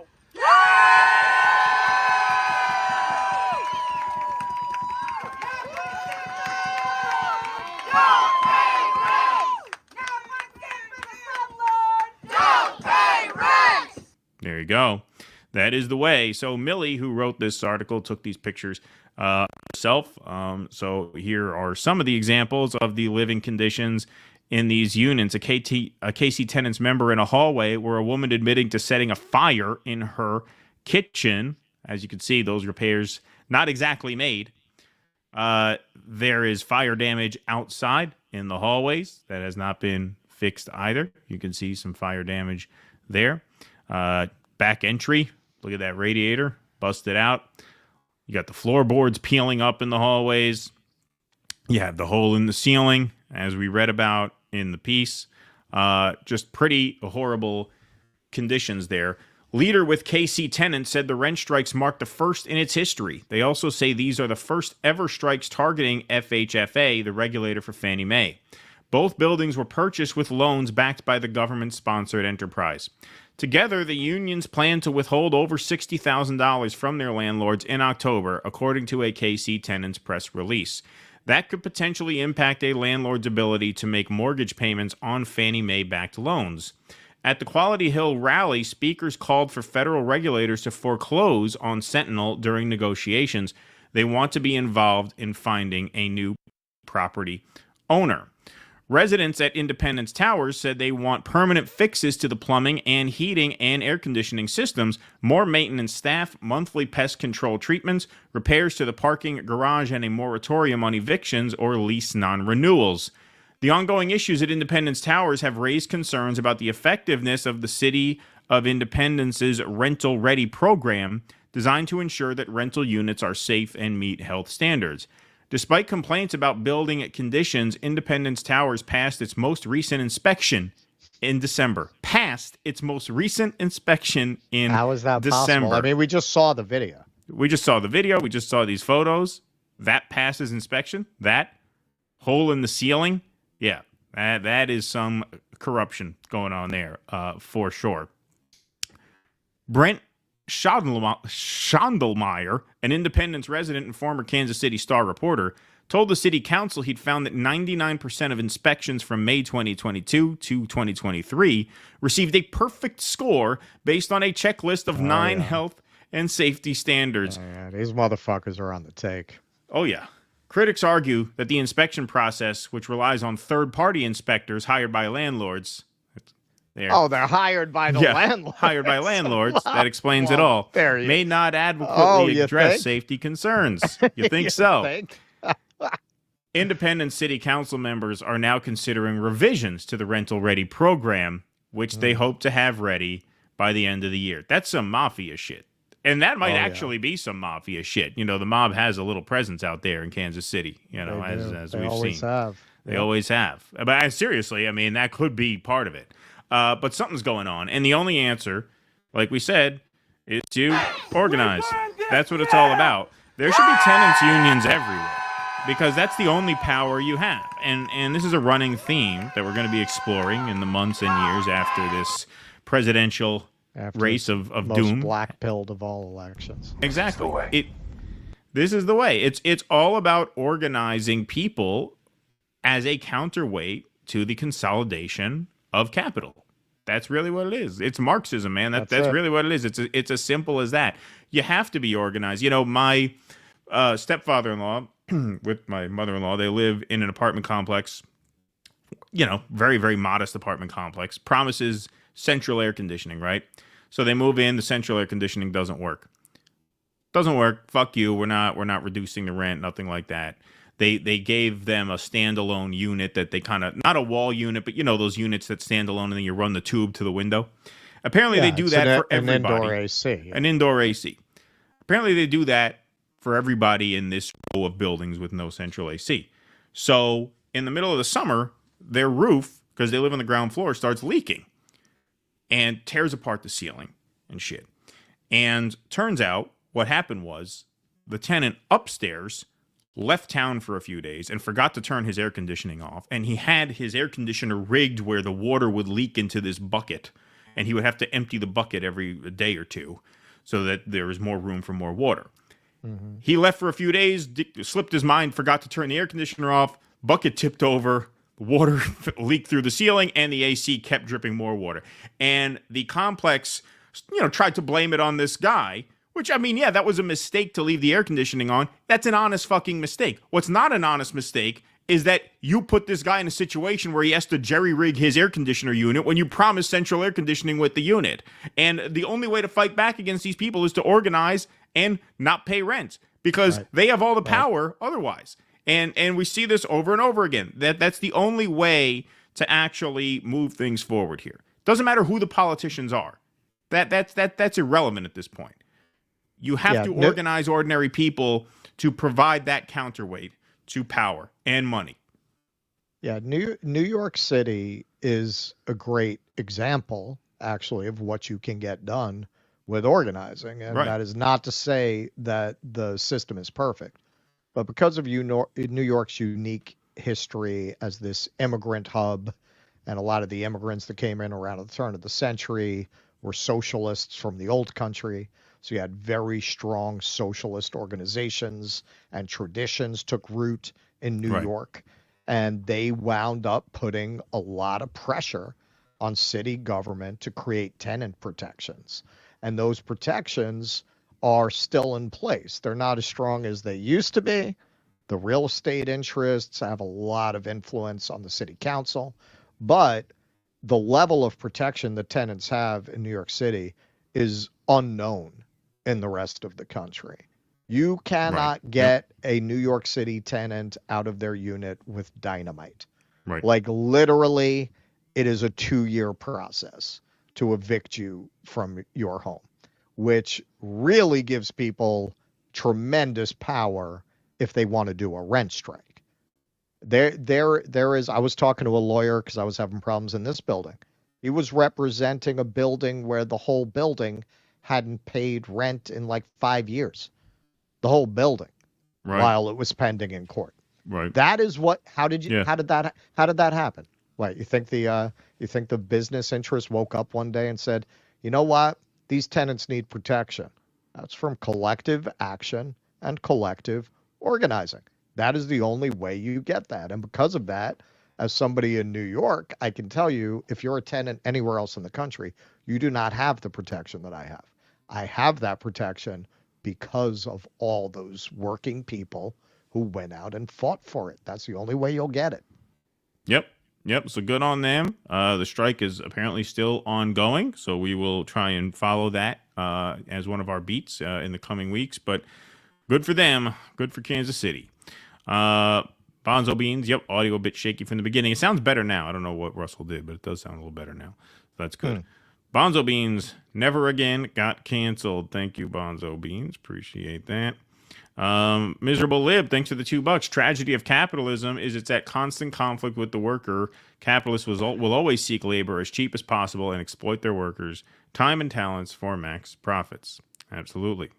Thank you, Miserable Lib. Appreciate that. Eric Rousseau, it's a Norman Rockwell painting, Americana. Thank you for that. Appreciate that. Yeah, you're talking about the picture of the libs on Martha's Vineyard? Yeah, I thought that too. For $5, Progressive Michigander, thank you, over there on YouTube. Government-funded IM sports and diet programs would help stop demographic collapse. Obese automatons going from jobs to phone to bed don't reproduce. Good point, Progressive Michigander. Appreciate that. Let's hear a Violent Fembot. Tucker's not the one who likes bland food. That's white guys, tacos, tuna, and mayonnaise. Tim Waltz. There you go. Yes.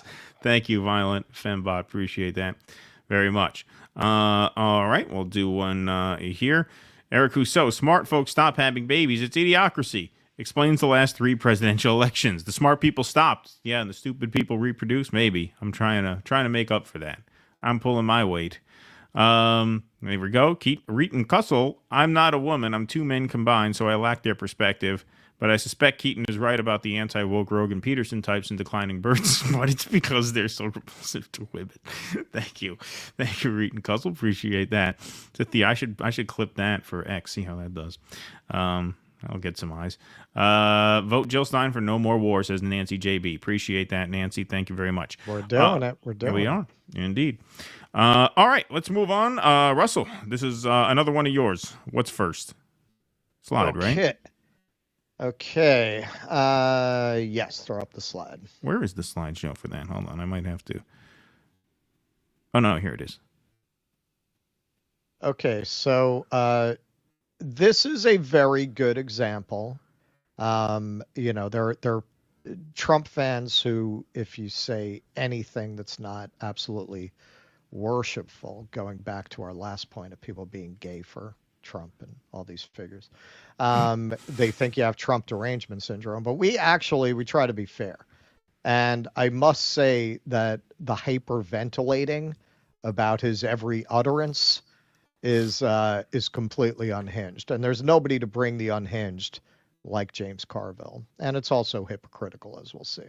So Trump was responding to a question about the possibility of civil unrest with the implication of violence on Election Day, which she claims Biden says there's the possibility of. And this was how he responded. Let's remember, you've got 50,000 Chinese nationals in this country in the last couple of years. Yeah. You have people on the terrorist watch list, 350 in the last couple of years. You got, like you said, 13,000 murderers and 15,000 rapists. Right. What are you expecting? Joe Biden said he doesn't think it's going to be a peaceful election day. Well, he doesn't have any idea what's happening in all fairness. He spends most of his day sleeping. I think the bigger problem is the enemy from within. Not even the people that have come in and destroying our country. By the way, totally destroying our country. The towns, the villages, they're being inundated. But I don't think they're the problem in terms of Election Day. I think the bigger problem are the people from within. We have some very bad people. We have some sick people, radical left lunatics. And I think and it should be very easily handled by, if necessary, by National Guard, or if really necessary, by the military, because they can't let that happen. Okay, he is responding specifically here to a question where he's being asked about how he's going to respond to civil unrest or violence on Election Day. Right, if it erupts. If it erupts. Which he was asked. He right. didn't just start talking about this unprompted. And he says you'd have to deal with it with the military, which I think more he's talking about, well, who knows with him, but really that would be the National Guard because of the Posse Comitatus Act. But that's essentially what he's saying. Now, keep in mind, this is a true hypothetical because Trump will not be president on Election Day or even the day after Election Day if he wins. He doesn't take office until January. This is what would you do in the event of civil unrest following contested election results or whatever. Let's presume they're talking about Inauguration Day, right? All right. Yes. That's right. Transfer of power. I'm sorry. That's right. Transfer of power. Yes. What he's saying is actually, I mean, not out of keeping with basic standard practice. She's asking about violence. She's not asking what will you do about protesters. Right. That's not what she asked him. Right. She asked him about unrest, violence, and he said, well, you'd have to call out the National Guard. What's also very hypocritical about this is what? The Democrats don't use this kind of language, that the other side can't be trusted. They're lunatics, they're dangerous, they're violent, and we're going to have to crack down on them. Like, they never say things like this. So they, of course, use this as a pretext, as they always do, to claim that this... Oh, see, he's telling you he's going to come round up all of his political opponents. And if you listen to the statement, it's a pretty innocuous statement. All right. But of course, nobody like James Carville to really amp it up. So Carville went on with Jen Psaki. Now, something that you're going to hear a lot about, so much that I decided to do a segment about it. If I know my Democrats, most people did not know about this Madison Square Garden Nazi rally from 1939. I did because I'm a history geek and a tour guide, and I used to talk about it on my tours. The Democrats, that's going to be their Project 2025 line for the next 2 weeks until Trump has that rally next Sunday. So Carville setting the tone here like he does. I did not realize when I said that he would actually go on television and say, I'm going to use the military to round up my political enemies. When I said that, General Flynn, who's going to be very senior in this administration, didn't say that the gates of hell will rain on my political enemies. When I said that, I didn't know that he was going to schedule a rally at Madison Square Garden to mimic the Nazi rally of 10 February 1939. So we have, they're telling you, and by the way, if they win, they're going to correctly say, we told you in the election what we were going to do, and you voted for us, you have green-lighted the whole thing. And if we don't tell people about that, if these young black men, how do you think they're going to do? If you're a young black male and Trump-inspired army roundup of people, how well do you think you're going to do in that? You think you got nothing to lose? How about looking at American history for one time and see what can happen here? And they are telling you, we're not making this up. This is not, we can be fact-checked by anybody. They have promised military roundup. They've promised the gates of hell will rain on the enemies. The Supreme Court has green-lighted it. They were asked a question, if a Navy SEAL is ordered to assassinate a political enemy, the president can't be, there's nothing wrong with that. That's just part of his job. They are telling you they're doing all of this. Pay attention to them right now. Please. They're telling you. Exactly. That is exactly, people right. Paying attention to what he's saying. That is why I think Harris is telling people to watch his rallies. You know, who thought stick a tampon up your ass would be the second craziest thing he says this year? But it is. If you're black, look at American history. They're going. Yeah. Who you think they're gonna come round up? Yeah. It's just it's a really irresponsible level of fear mongering, and that was really one step away from Biden saying if Romney is elected, you're gonna be back in chains. That was definitely in that ballpark. Yeah, if Trump's elected, they're gonna send out the troops to round up all the so you black men, you don't want to vote for Kamala. Well, you better be ready. They're gonna come kick in your door. Right. It's incredible. Now this MSG thing, to compare it to the Nazi rally of 1939, which I'm telling you that this is going to be a major, major, major talking point for the next 2 weeks, especially once they have footage of the rally. They're going to be playing it intercut with images of the Nazis. It's just so completely unhinged and so completely hypocritical because the Democrats want to present themselves as the defenders of liberty and protest. Now, aside from, we've all seen what happened to protesters for the Palestinians under the current Democratic administration. And a lot of you might remember what happened under Obama's administration. You might remember Standing Rock. Remember Standing Rock? Oh, who was president then? Oh, it was Barack Obama, still president at the time. When they sprayed Standing Rock demonstrators with tear gas and water cannons, 168 people treated for hypothermia. Hey, how about earlier in Barack Obama's presidency, Occupy Wall Street, UC Davis pepper spray. If you remember that, they pepper sprayed a pregnant woman in Seattle. Right. And an 84-year-old woman in that incident. And in NYPD, you have multiple allegations of police brutality.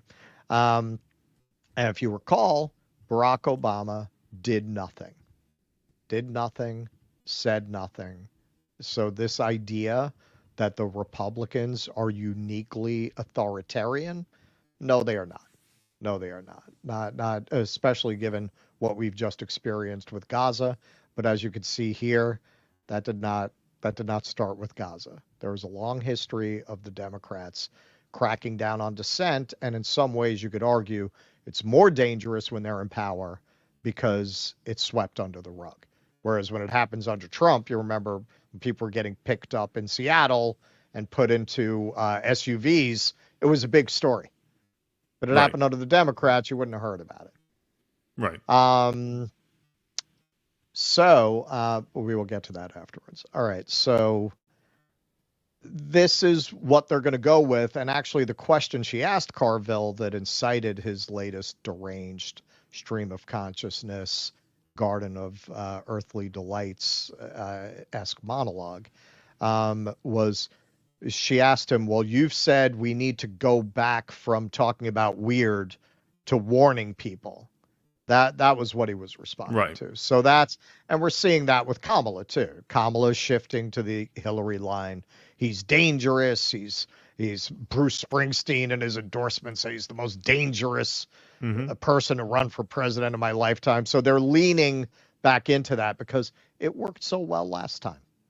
Right, and the thing that makes it especially dumb is that the weird thing seemed to be working. Like that resonates with people because they are weird. But you're right, it seems to be a network-wide decision. You know, I have a limited TV subscription now because the baseball playoffs are on. So I sprung for like $60. I got like a limited cable package just for this month.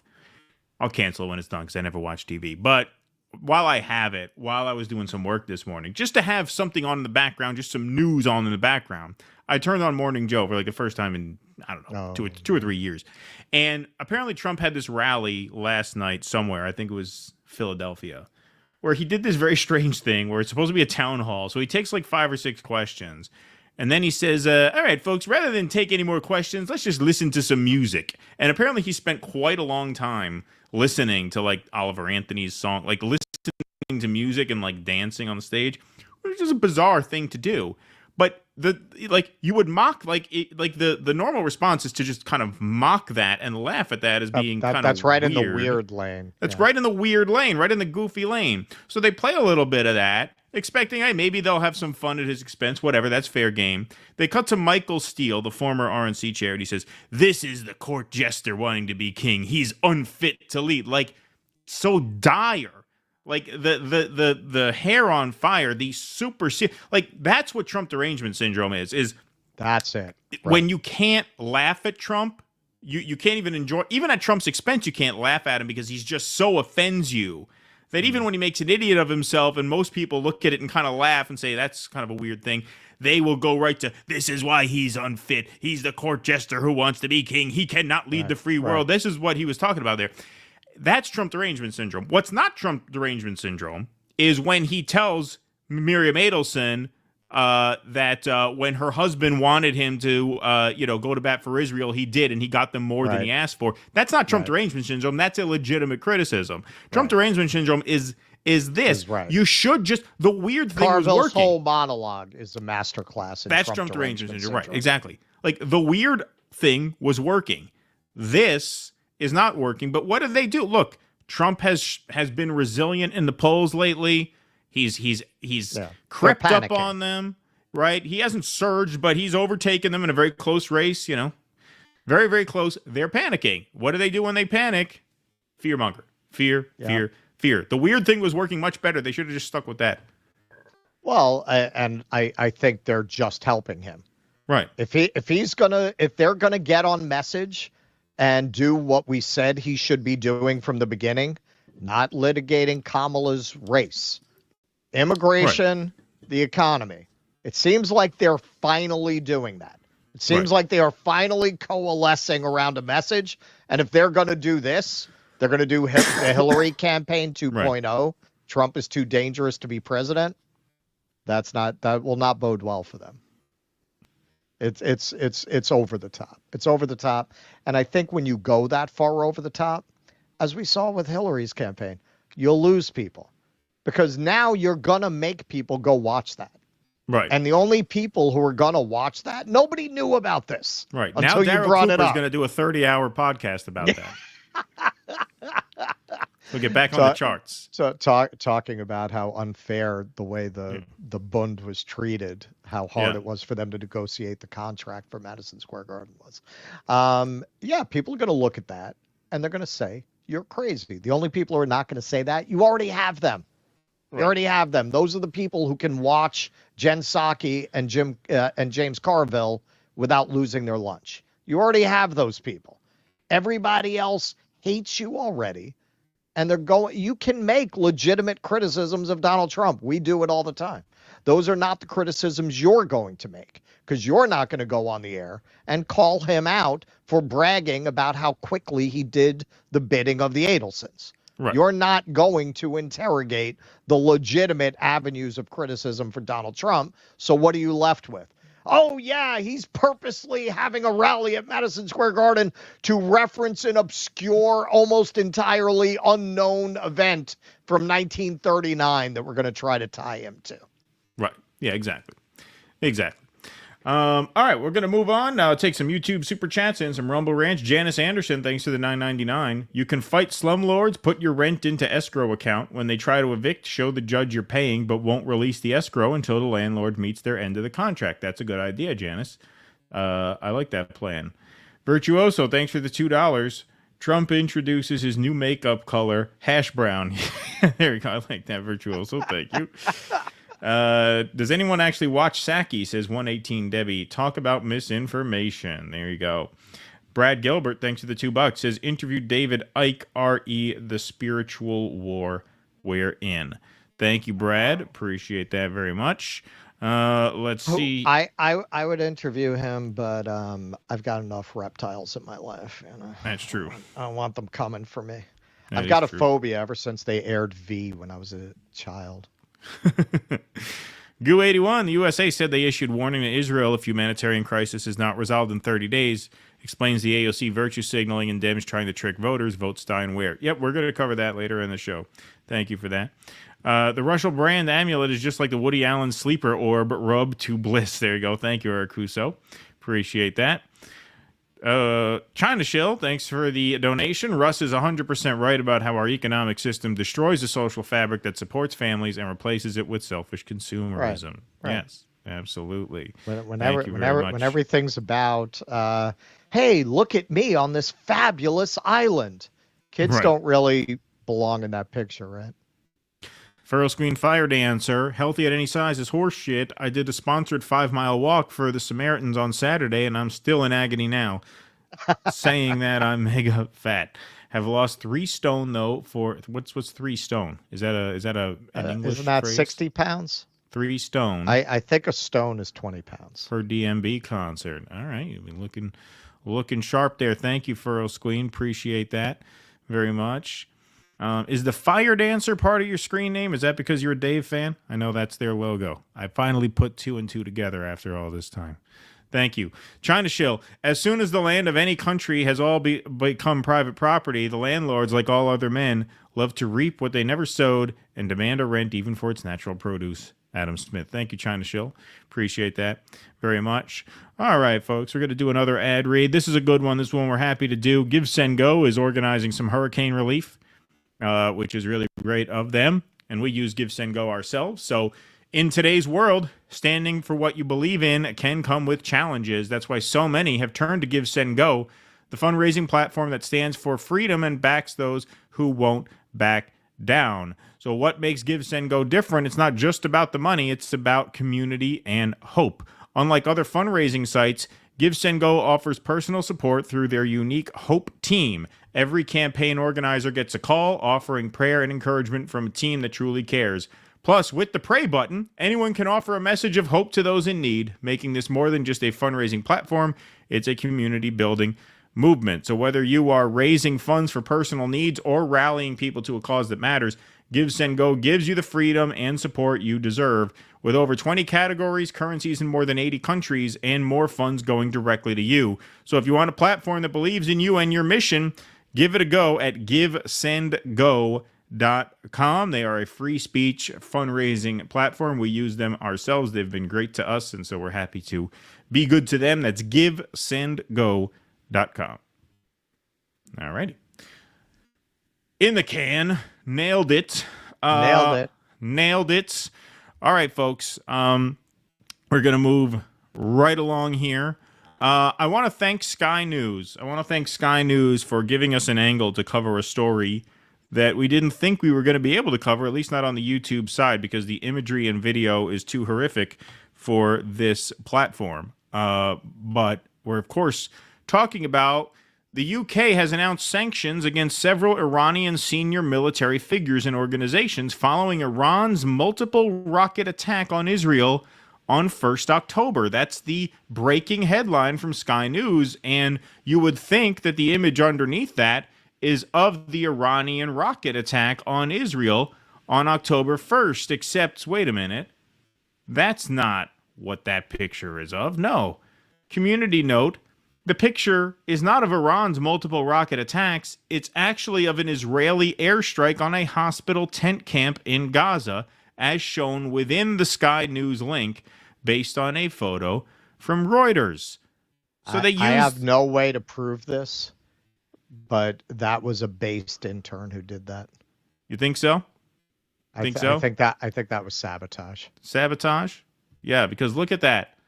Look at that. Like, what are the odds? What are the odds of them making that mistake when this just happened?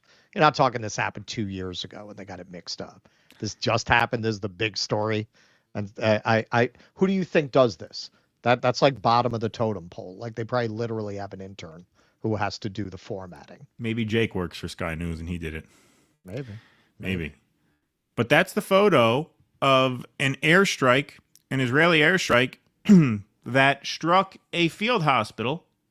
Gaza's Al-Aqsa Hospital burns tents, killing at least 4. So this is from the Washington Post. And if you see this photo, clearly is of the same place that this photo is of, which was misrepresented as the Iranian strike. Now, the Iranian strike killed no one. The Israeli strike killed 4, injured many more. We hope none of the injured have since died. But, of course, if you were on Twitter the other night, you saw images of this that are haunting even by these new standards that have been set this past year. Stuff that we can't show you here, which is why I didn't think we were going to be able to cover this here. Photos of a young man. Some say it was a child.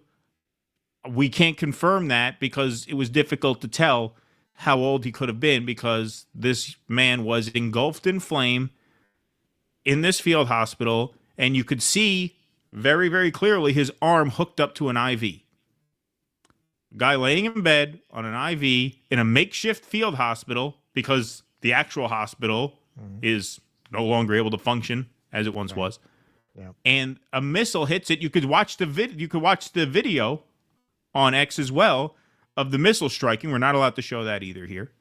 You could see all this happen, and the photo and the video captured, like I said, haunting even by these standards. This is literal hell on earth. People with IVs hooked into their arms being burnt alive. An Israeli airstrike on a hospital compound in central Gaza early Monday sent flames ripping through tents housing displaced people, killing at least 4 and injuring dozens. Videos from the scene appeared to show one man being burned alive as bystanders could do little but watch. The Israeli military said the target of the strike was a Hamas command center on the premises of Al-Aqsa Martyrs Hospital in the Deir al-Balah area. The site was filled with families in tents who had fled fighting elsewhere. The majority of those injured from the overnight strike and ensuing fire, many seriously, were women and children, according to Gaza health officials. The Gaza Health Ministry said 4 people were killed, but Fad Haddad, the head of Al-Aqsa Hospital's emergency department, put the death toll at 5. So here, once again, is Sky News showing an Israeli strike, presenting it as an Iranian one. Alan McLeod. Hey, Sky News, you probably shouldn't use an image of an Israeli attack on Gaza to illustrate an Iranian strike on Israel. Waleed Mohammed, Sky News uses a photo of Palestinians being burned alive yesterday by Israel. Sky News seems to want to send the message that we know the truth, but we can't speak it. Well, that's Russell's theory, that it was an intern who did that as a subversion.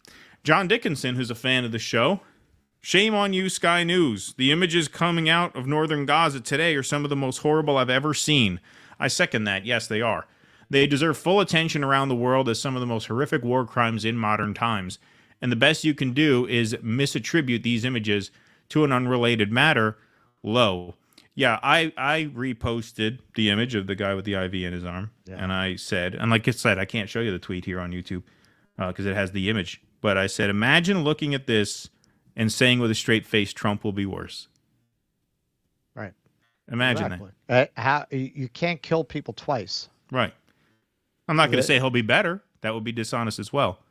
But you can't look at this and say he'll be worse. I mean, the images here, it's a little weird talking about it here since we can't show you, but find them if you want. I can't advise you to. They're really hard to take, but if you have the stomach for it.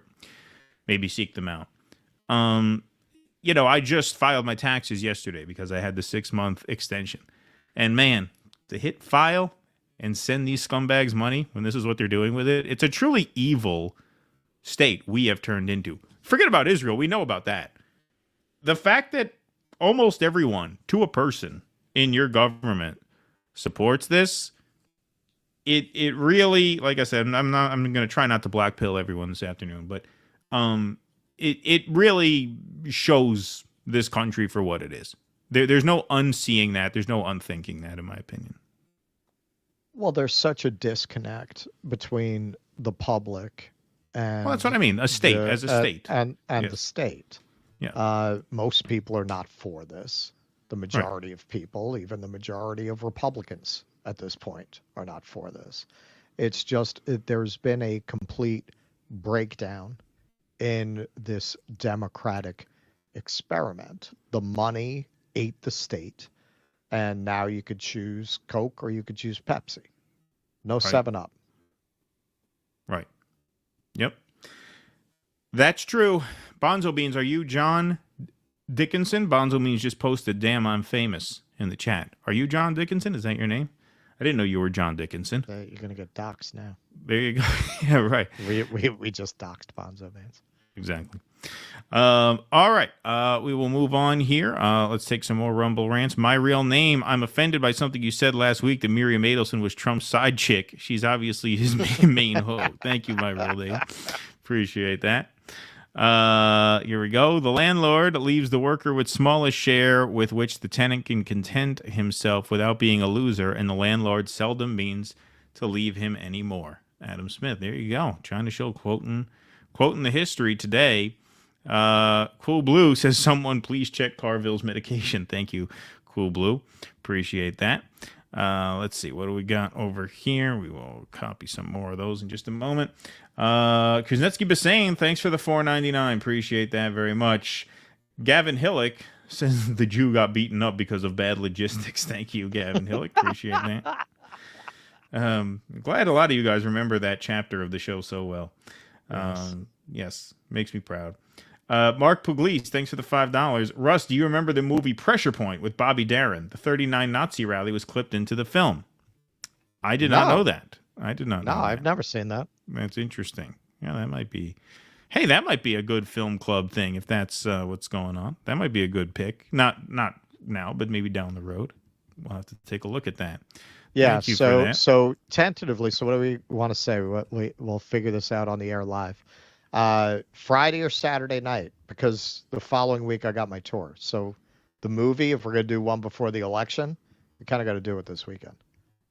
The election, well, let's, all right, let me get back to you. We can't figure it out in the air right now, but we'll figure it out for Thursday. We'll have it announced. It'll be soon. It'll be soon. So if you're not a patron, become a patron. Yeah, in fact, local, Substack, Patreon. Yeah. Wherever fine patronage is sold. Yes, we will be providing running commentary on these films, and so Rumble is really cool, and they're going to let us do it, which is awesome of them, because it is, of course, fair use, but YouTube doesn't care about it.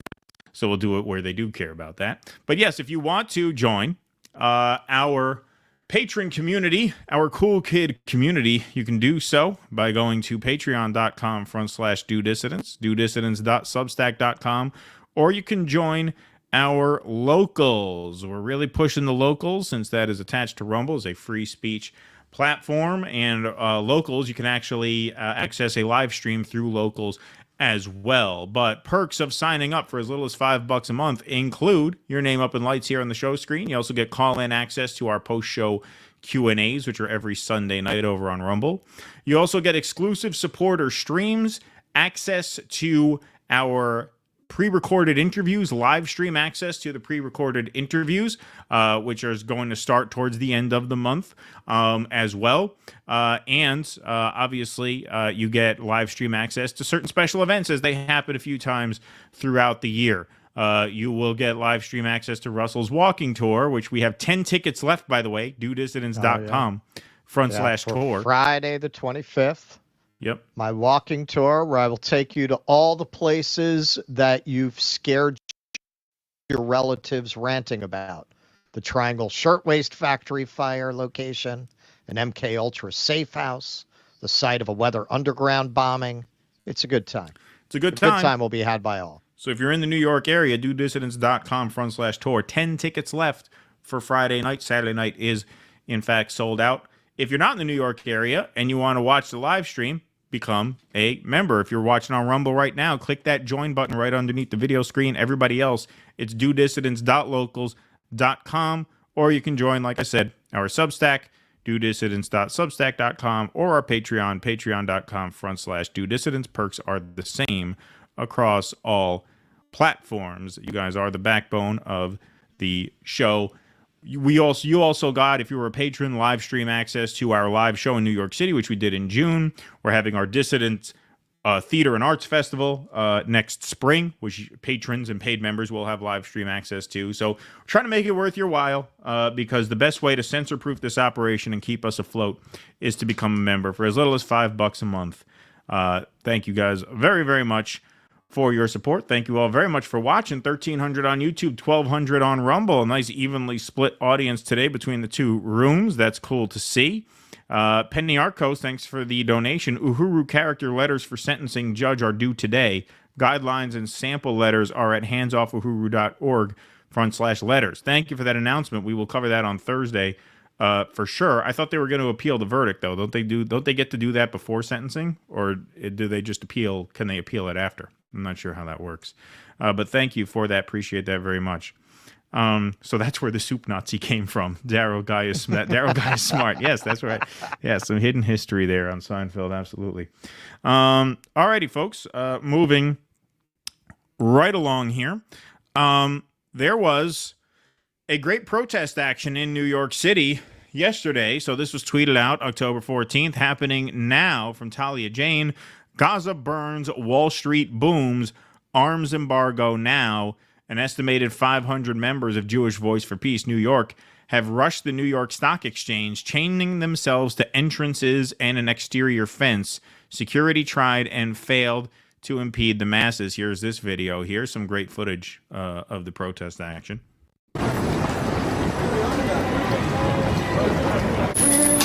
Hey, leave him alone!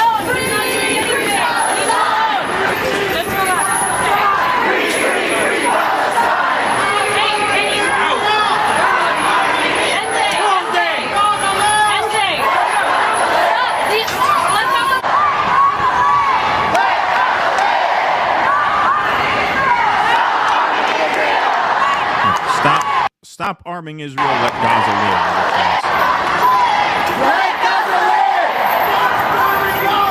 Stop bombing Gaza! Let Gaza live! Stop starving Gaza! Let Gaza live! Stop bombing Gaza! Let Gaza live! Stop funding genocide! Stop funding genocide! Let Gaza live! Let Gaza live! Stop funding genocide!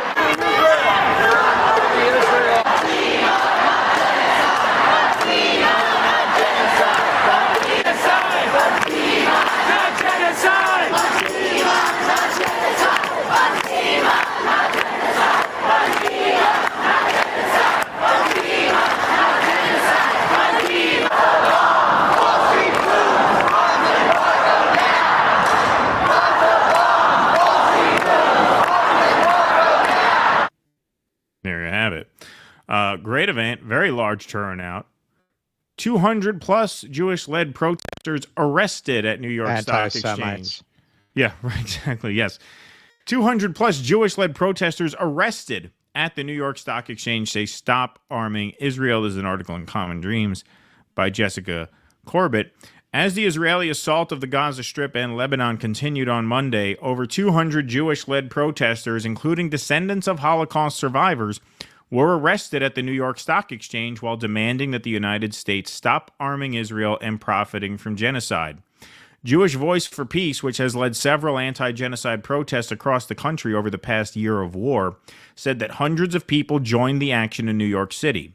The advocacy group shared photos and videos on social media of participants in red T-shirts with messages including "Not in our name" and "Stop arming Israel." Here's some more video here from Sumaya Awad, who was there.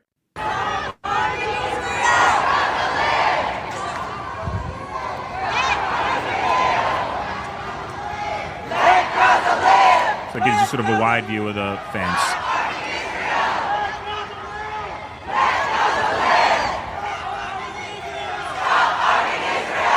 So on that shot, you can get a wide view. For those who are not familiar with Wall Street and the New York Stock Exchange, there is no vehicular traffic on Wall Street now. It is pedestrian only, which actually makes it a great place to do a protest. I was thinking that watching this. Yeah, because you can really create a big crowd there. So very, very well done on their part. As Common Dreams has reported, stocks of American war profiteers, including Lockheed Martin, Northrop Grumman, and RTX, formerly known as Raytheon, soared. All these brands are rebranding with X in their name. There's X, formerly known as Twitter, and now RTX, formerly Raytheon. Soared in response to Israel launching its assault on Gaza after the Hamas-led October 2023 attack, as well as earlier this month after Israeli forces began a ground invasion of Lebanon and Iran fired off ballistic missiles. So they not only cashed in on the attack last year, but now they're cashing in on World War III. Of course, as the war expands, so does the portfolio of not only these companies. This is the interesting part that comes up a little later that we don't think about, but other giant companies that are invested in these companies, which we'll see a few names in a few minutes. Remember that members of Congress are permitted to own stock in war manufacturing, so when they vote to send more bombs or send our loved ones to war, they profit personally, U.S. Representative Rashida Tlaib said in early October. That is a good point. Tlaib, the only Palestinian American in Congress, has introduced the Stop Politicians Profiting from War Act, which would prohibit federal lawmakers, along with their spouses and dependent children, from trading defense stocks or having financial interests in companies that do business with the United States Department of Defense. Imagine how brazen a scumbag you have to be to vote no on that. To vote no. Well, but they will. They will. They will. Yeah. I mean, that if that does not demonstrate the disconnect between our politics and our people, I don't know what does. Yeah. Who in America thinks that that's a good idea? Who in America would vote for that? Right. Given the Democratic voice, Americans don't want them holding stocks at all. Right. Much less holding stocks in defense companies. Now you notice which defense contractor is not named in the list of companies whose stock has soared. Our friends at Boeing. Our good friends there, yeah. Our friends at Boeing, for obvious reasons. They don't even want to buy missiles from those people. That's right. Excuse me. Politicians should not be allowed to profit from genocide, said MacArthur Fellow Rose Pacheski, an 82-year-old Jewish Voice for Peace member who was active in the movement to end the war in Vietnam, and the oldest person chained to the Wall Street gates on Monday. There can be no business as usual while the U.S. arms Israel and profits from genocide. We are here to demand an arms embargo. Now, for those also unfamiliar with New York downtown, this is the Fearless Girl, says Stop Arming Israel. The Fearless Girl is positioned facing the iconic Wall Street Bull. They put the Fearless Girl there to stare down the bull. So they put the nice Stop Arming Israel shirt on her. Yeah, and then so it's no longer facing the bull. They moved it to where, well, that's where the bull used to be. Oh, yeah, no shit. Wow, yeah, I didn't even realize that because it was a close-up shot. But I didn't even realize that she's not oriented in the same place. Wow, interesting. That's right, because the bull is on Broadway. Bull is on Broadway now. So they moved her to Wall Street. Well, the bull, Arturo DeMedica made the bull on his own initiative and without telling anybody. Mm-hmm. He just dropped it off Christmas Eve, 1987. The cops were really furious about it because it made them look like fools because, of course, the mayor said, well, what if somebody just wanted to drop off a 2,000-pound bomb? Right. The guy literally dropped off a 2,000-pound brass bowl, and nobody noticed. Nobody knew. Yep. So they moved it. But then when she was put in front of it, the sculptor of the bowl, Domenica, he was very upset about it. He was teary-eyed. And it had been a long debate what he meant by the bowl, because the stock market crashed in 87. Right. So was he mocking the stock exchange? Right. Was it a troll or Was it a troll? But apparently he resolved it there, because the Fearless Girl, this was really in the Me Too moment. Another sculptor made the Fearless Girl, put it in front of the bowl to draw attention to the lack of women in financial services. Talk about fucking white feminism. Right. So she's the girl boss. Yeah, she's the girl boss. Exactly. Staring down the bowl. Domenica had a press conference in tears, because he always meant the bowl to be a positive symbol of markets. He's like one of the only right-wing artists working today, apparently. So they moved it back to where the bowl originally was. So now she confronts the stock exchange. The stock exchange. Interesting. That explains the change in geography. But there she is in her Stop Arming Israel shirt. And then this is just funny. Noah Hurwitz, same guy who took that other photo or posted the other photo, posted, I always like to feature based cops, because it's such a rarity, and it's so funny when you actually root for a cop in a situation. Yeah, but this is pretty funny. This Zionist is very angry that the NYPD aren't letting him wave an Israeli flag in people's faces. Cops got kind of rough with him. So here's the cops dragging out one of the Zionist counter protesters here. You got to listen. This isn't subtitled. You got to listen to what they say. It's pretty funny.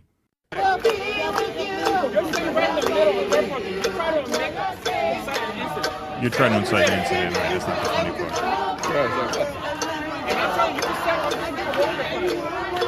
Not right now.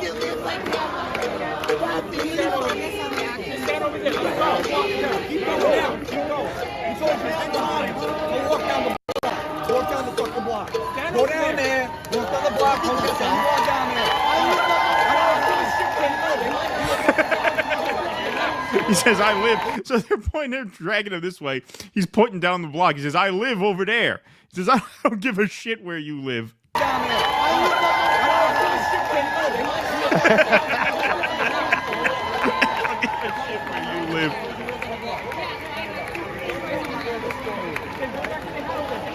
So then they say, go back to your house. So apparently they escorted him back to his house to make sure that he didn't bother people anymore.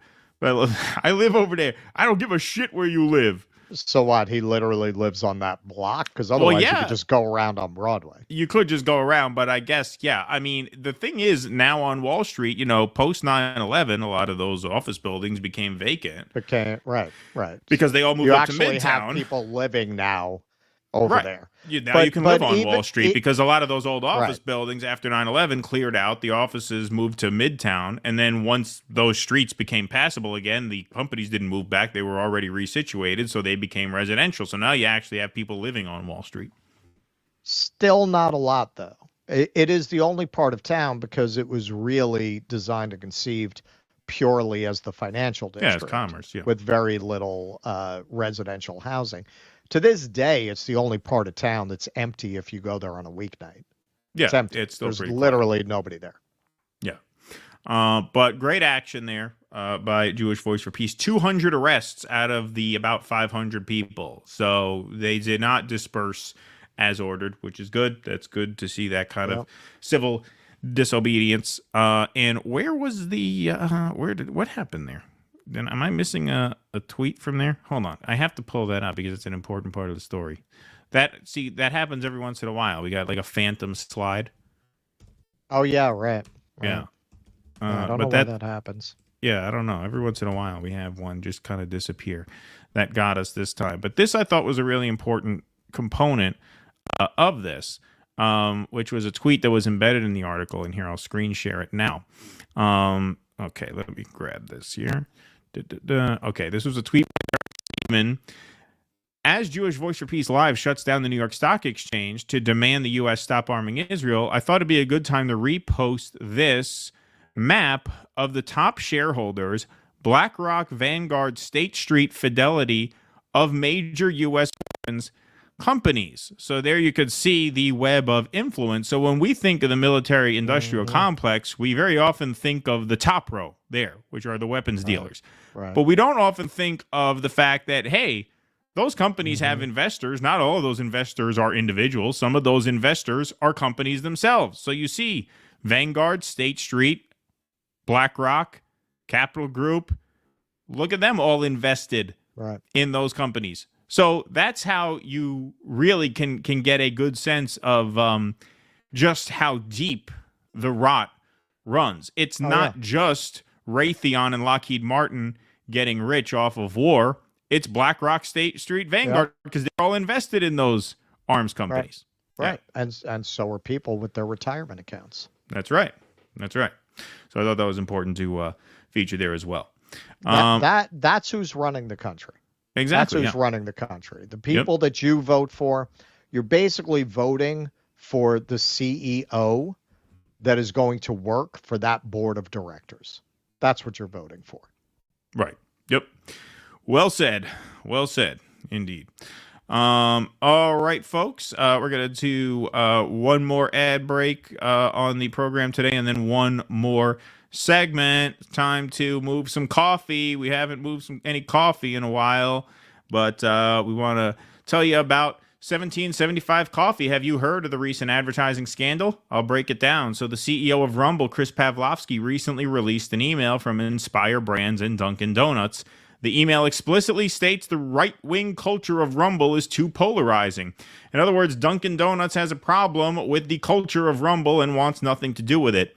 So here's the solution. Stop buying products that don't support free speech and start supporting brands that do. The competing coffee brand that we should get behind right now is Rumble's own 1775 Coffee. Come in 16-ounce bags, which is great, so you get more bang for your buck than you do at the supermarket and with those 10 to 12-ounce Christmas pans. Addicts blend. Yeah, there you go. Yeah, they should come out with a holiday blend. That'd be a great idea. But for a limited time, Rumble is offering you buy 2 bags of coffee and get 1 for free. So that's buy 2 bags, get 1 free. They're 1-pound bags, so that's a lot of coffee you get for not a lot of coin there. So go to 1775coffee.com and enter promo code Dunkin, DUNKIN, to get this limited time deal. All right. That's how you troll. And that's how you troll. Exactly. Rumble's got their troll game working. Brent Yoendo, thanks for the $2 over on YouTube.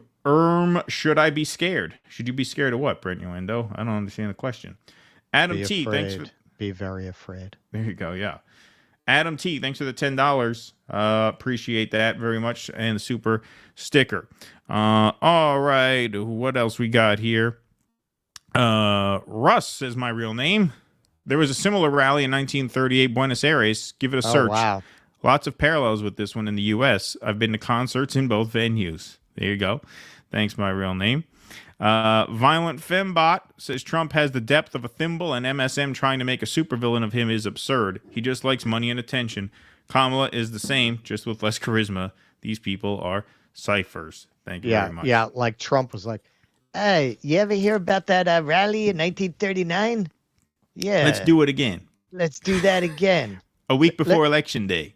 Yeah, that's an October surprise. Yeah, no, it's just so ridiculous. But Madison Square Garden was where I saw my very first concert. That was Iron Maiden with Quiet Riot opening. I was 13. Nice. I was 13. It was the Peace of Mind tour. You know, one thing that I do wonder about Trump's rally choice at Madison Square Garden, not that he's trying to emulate the Nazi rally, but it does lend credence to the belief that he's doing this as much for his brand as a presidential run, because it kind of is like not a very strategic thing to do the week before Election Day to be in New York City. You'd think you'd want to be in one of the swing states. I don't understand. I unless it's like a play for New Jersey. Maybe. I mean, the South Bronx thing makes sense one time as a flex. One time. Right? Boom. Right. As a statement. But to do it again? Well, unless you're making a serious play York. for New York, yeah, I don't really see the value in doing it. Yeah. All right. Stoop Sign says Eric Andre was protesting with Jewish Voice for Peace at the New York Stock Exchange. I had no idea he was Jewish. He's our modern-day Sammy Davis Jr. I knew he was anti-war from Adult Swim show Abu Ghraib sketch, faux torturing Jim Norton. Yeah, I never saw that one. Thank you, Stoop Sign. Appreciate that. one-man mob. I mostly listen to your programs at work. Anytime I get to watch you, I can't stop thinking Keaton looks like Kevin from Sin City. A little bit. What are you talking about? You're talking about the graphic novel? That's the serial killer character. Is that okay? I don't know the names. Well, they also adapted it to film. Yeah. Yeah, they made a movie. I saw the movie. The movie was good. Yeah. Stoop sign. I might be black-pilled, and I think I'm blackballed journalism-wise, but I'm on a white powder now, getting grayed out for a few days. There you go. Thank you, Stoop sign. All right. Appreciate that. Yassine Miller, thanks for the $5 over on YouTube. Hello, both. I saw the T-shirt Russell wore once with independent journalists on. It said on it, Justice League. Is it possible to order it? Is it possible to order that? Do they have that? Do the Zago brothers have that shirt for sale? We told those guys it would sell like hotcakes if they did. We should follow up with them. Yeah, we should. That would be a very good idea. All right, folks, we have one more segment on the day, and it's kind of a few different things in one, since a lot of news broke within a day of each other. But this broke this morning in the Jerusalem Post. U.S. threatens Israel resolve humanitarian crisis in Gaza or face arms embargo, according to a report. So the Jerusalem Post prints, the U.S. told Israel that it would impose an arms embargo on the Jewish state if it does not resolve the humanitarian crisis in Gaza, N12 reported on Tuesday. The White House reportedly expressed deep concern over the deterioration of the humanitarian situation in Gaza in recent weeks and called for urgent steps within the next month to reverse this trend. Strategic Affairs Minister Ron Dermer and Defense Minister Yoav Gallant received a letter from the Biden administration outlining American positions on Gaza, N12 noted. The letter reportedly called for Israel to be held to its March 2024 commitment to allow and not prevent the transfer of American humanitarian aid or aid supported by the administration in Gaza. As part of this commitment, the State Department would conduct an audit in accordance with the aid law. The letter reportedly highlighted that since March, the lowest amount of aid entering Gaza was recorded in September, which we're going to talk about in just a moment. It added that Israel had 30 days to rectify the situation, and that failure to do so would lead to consequences for Israeli aid as per American law.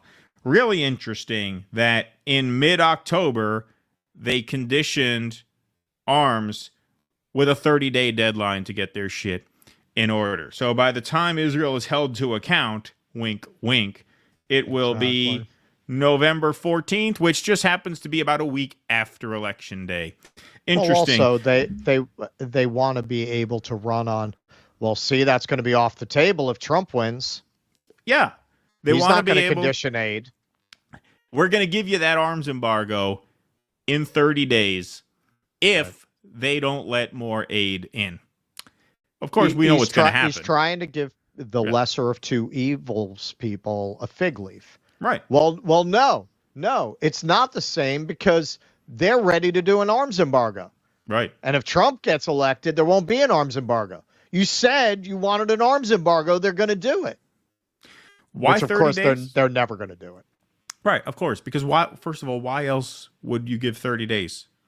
30 days, that's a long time when starvation is being used as a weapon of war, is it not?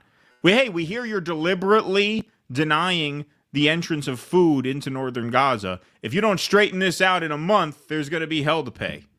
Yeah. How After about the election? How about 48 hours? Oh, because the election's not in 2 days. The election is in 3 weeks. And we have to make the deadline after the election. So that after the election, Matthew Miller can get on stage and say, well, we reviewed what they did, and it turns out they're letting more aid through, so here's more weapons. We all know that's what's going to happen. Aren't they calling this the "We're Scared Shitless of Jill Stein" bill? Yeah, right. Yeah, exactly. The "We're Scared Shitless of Jill Stein" letter. The "We're Scared Shitless of Jill Stein" memo. The Green Party surge memo. Yes. But here's what they're referencing, folks, in that report. So the UN, this was published on Friday, the UN says no food has entered northern Gaza since the start of October, putting 1 million people at risk of starvation. Again, they have a 30-day deadline to fix this. 1 million people are at risk of starvation. They have a month to let more aid in, or else there's going to be hell to pay. Don't test us. What a joke. No food has entered northern Gaza since the start of October, putting 1 million people at risk of going hungry, the World Food Program told CNN on Friday. In August, approximately 700 aid trucks entered northern Gaza. In September, only 400 aid trucks entered, after commercial operations ceased at the Allenby crossing on the border between the occupied West Bank and Jordan, the WFP added. No food trucks have entered northern Gaza in October. No food trucks have entered northern Gaza in October, the WFP told CNN. On Wednesday, the WFP said in a report that the aid entering the Strip has plummeted to its lowest level in months, forcing the organization to stop the distribution of food parcels in October. Hunger remains rampant and the threat of famine persists, WFP added. If the flow of assistance does not resume, 1 million vulnerable people will be deprived of this lifeline. I'm assuming that's what they meant. Meanwhile, 2 of central Gaza's main bakeries have been shut down for 3 days, according to CNN footage and bakery workers. Albana Bakery and Zadna Bakery in Deir al-Balah, both supported by the WFP, have halted operations due to a lack of flour and fuel, bakery workers, and residents told CNN. Quote, I'm the head of a family of 6. The day I work, I can feed my family. The day I don't, we don't eat, said Ahmad Abed, an employee at Albana Bakery. People are chasing flour, and we go to bakeries searching for where bread is available. Earlier this week, the UN's OCHA said September saw the lowest volume of commercial and humanitarian supplies entering Gaza since at least March of 2024. So this also came out over the weekend, a report by the BBC. Israeli attack on northern Gaza hints at retired generals' surrender or starve plan for war. So we'll look into this a little bit. On Saturday morning, a message was posted on social media by the Israeli military's Arabic spokesman warning people living in the D5 area of northern Gaza to move south. D5 is a square on the grid superimposed over maps of Gaza by the Israeli Defense Forces. It is a block that is split into several dozen smaller areas. The message, the latest in a series, said the IDF is operating with great force against the terrorist organizations and will continue to do so for a long time. The designated area, including the shelters located there, is considered a dangerous combat zone. The area must be evacuated immediately via Salah al-Din Road to the humanitarian area. The humanitarian area designated by Israel in the message is Al-Mawasi, previously an agricultural area on the coast near Rafah. It is overcrowded and no safer than many other parts of Gaza. BBC Verify has tracked at least 18 airstrikes on this designated humanitarian area. Many people appear to be staying put despite Israeli airstrikes and artillery bombardments. When I went down to an area overlooking northern Gaza, I, meaning the author of this piece, I assume, could hear explosions and see columns of smoke rising. The intensity reminded me of the first months of the war. The suspicion among Palestinians, the UN, and relief agencies is that the IDF is gradually adopting some or all of a new tactic to clear northern Gaza, known as the General's Plan. It was proposed by a group of retired senior officers led by Major General Giora Eiland, who is a former national security advisor. At its heart is the idea that Israel can force the surrender of Hamas and its leader, Yahya Sinwar, by increasing the pressure on the entire population of the north. In his office in central Israel, he laid out the heart of the plan. Since we already encircled the northern part of Gaza in the past 9 or 10 months, what we should do is the following thing to tell all the 300,000 residents that the UN estimates is 400,000, that's the BBC's edit, who still live in the northern part of Gaza, that they have to leave this area and they should be given 10 days to leave through safe corridors that Israel will provide. And after that time, all this area will become to be a military zone. Wow. What did we say would happen 1 year ago? Exactly this. Exactly this. It will be the eradication of Gaza to the point where pretty soon they will say, we are not bothering any longer to distinguish between civilians and combatants. We are giving you X amount of time to leave, past which point this is a military zone. Everybody here will be assumed combatant. And all the Hamas people will still, though whether some of them are fighters, some of them are civilians, will have two choices, either to surrender or to starve. So that is, very plainly put, starvation being used as a weapon of war. Ireland wants Israel to seal the areas once the evacuation corridors are closed. Anyone left behind would be treated as an enemy combatant. It's the BBC writing this, by the way. The area would be under siege with the army blocking all supplies of food, water, or other necessities of life from going in. He believes the pressure would become unbearable and what is left of Hamas would rapidly crumble, freeing the surviving hostages and giving Israel the victory it craves. Of course, that's not what he thinks. What he thinks is, we're going to clear this area. What did we say immediately after October 7th? We said, their goal, all you need to do, folks, is check that series of maps that's now a pretty viral image to see the encroachments onto Palestinian territory from 1948 to the present. Take what Netanyahu said on October 7th. They will know an unprecedented response.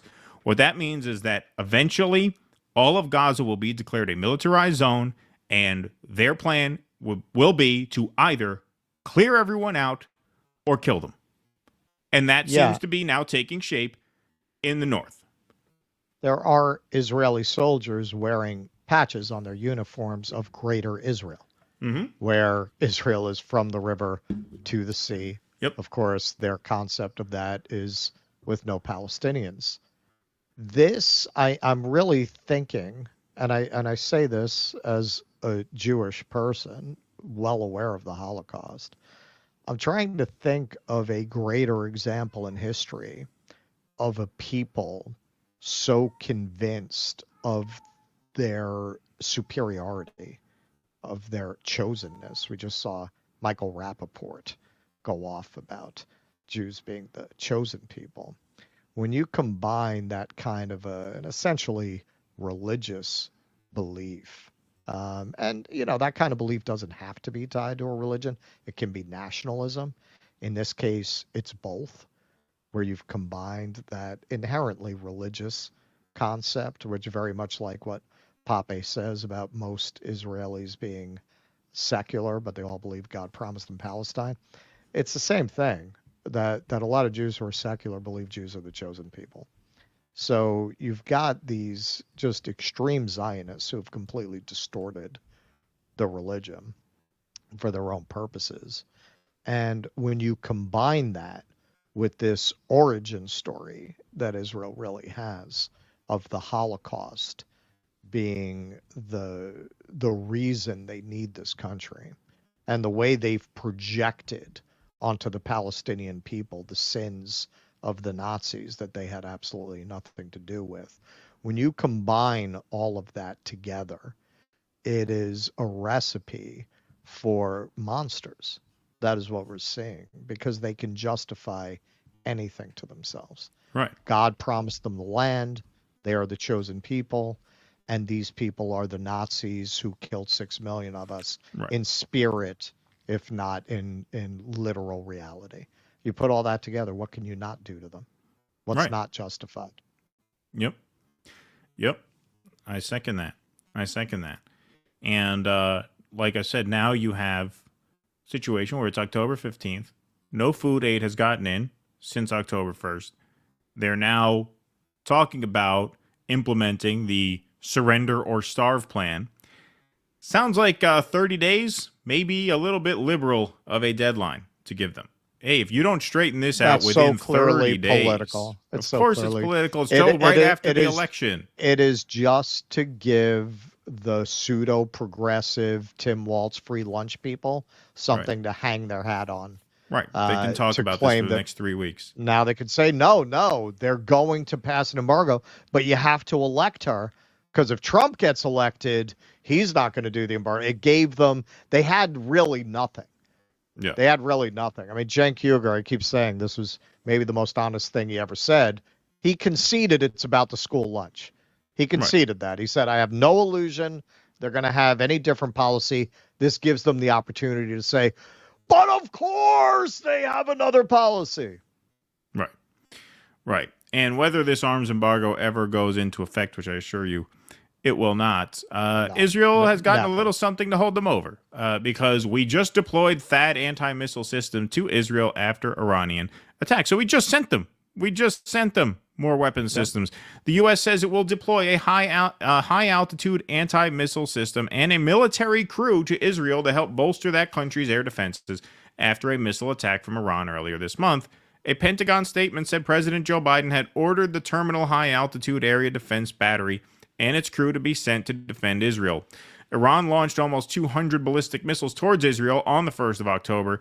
The Israeli military said most were intercepted, but a number struck central and southern Israel. Israel has not yet said how it will respond to the attack, but Defense Minister Yoav Gallant says it will be deadly, precise, and above all, surprising. So, once again, folks, this is the state that has 30 days to prove that they give a shit about human life in Gaza. 30 days, or else they're cut off. Yeah. Wow. No, it really has. In 30 days, there will be a committee convened. They say it that it would be investigated. They don't even say it's gonna kick in 30 days. Of course. And the fact that Biden is being pushed into this arms embargo quasi-promise, because he's not promising to do an arms embargo. He's saying unless you straighten yourself out within a month, we're going to cut you off. You notice the bombardment has really intensified these past couple of weeks between the field hospital bombing, the lack of food getting in. We just covered the bombardment of the North more thoroughly on the last show that we did. You're seeing a real escalation in violence in the past couple of weeks. Don't put it past Netanyahu to be escalating this violence as a way to weaken Biden ahead of the as a way to weaken Harris ahead of the election. Don't forget, Netanyahu wants Trump to win.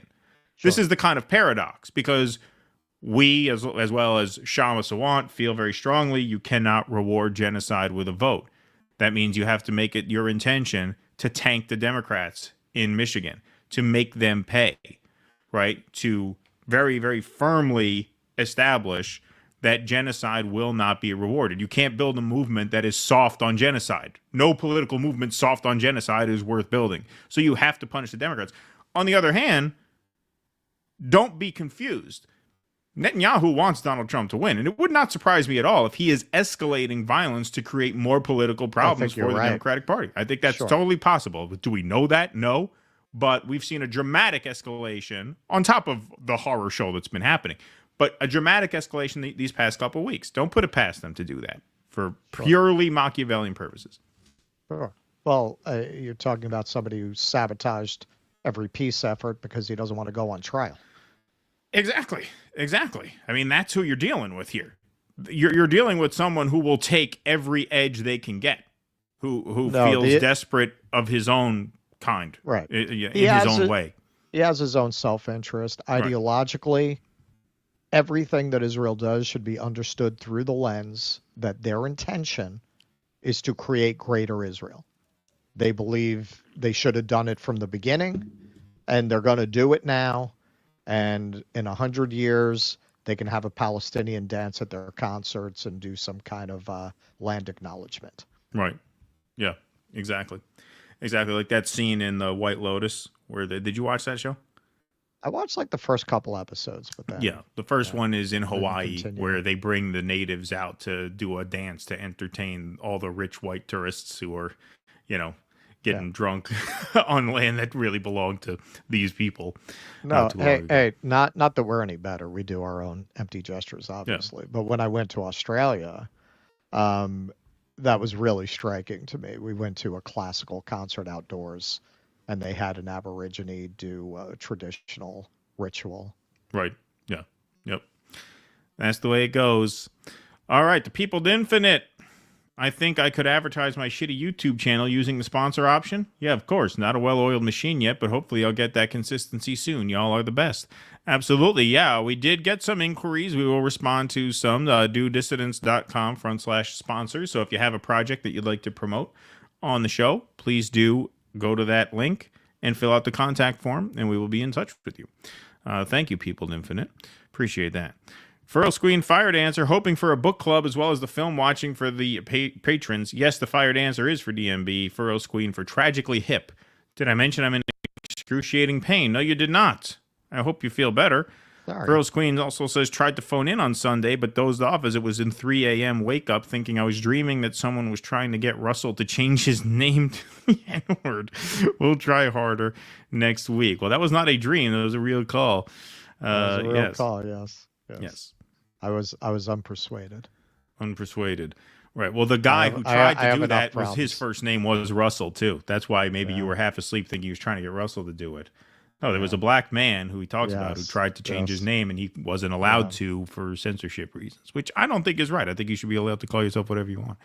Speaking of Eric Andre, I'm a white dude who lives in Harlem. That wouldn't go well for me. Well, I wouldn't advise you to change your name to that, but I think, especially, this was this was an African-American man who tried to change his name to that.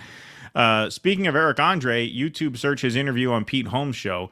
Said he's bluish, black and Jewish, LOL. P.S. Y'all should have Kurt Metzger on. Love y'all's banter on Jimmy's show. Stay cool, DD. Thank you, People Infinite. Is Kurt going to sit in with us? I assume he is when we host. We're going to host the Jimmy Dore show on October 28th and then the 11th through the 15th. After the election, we'll be doing our post-election analysis here on this channel and on the Jimmy Dore show. I have been thinking about having him on to talk about, because when I was getting ready to cover the Diddy thing, I went to my expert in this area of Hollywood sins and consulted Kurt, and he sent me a bunch of stuff about some of these sex scandals that I didn't even know about, and some like back when I was a little kid. So I would like to have him on to talk about some of these. There's one that's really interesting with a madam who self-deleted, and Ronald Reagan. That was very interesting that he sent me. Violent Fembot, Trump literally said Gaza would make incredible waterfront resort property. Biden and Harris are just clearing it out for him. They'll probably all sip Mai Tais there together. All same game. Thank you, Violent Fembot. Appreciate that. We will go to Sparky. Hey, Sparky. Thanks for the $10. Israel has killed far more Americans than Iran has. Remember the USS Liberty. Thank you, Sparky. All right, let's get Landrew's sound drop ready, and a cowbell for Landrew for $100. Thank you, Landrew. Appreciate that very much. Of course. I mean, Landrew. Landrew is dead.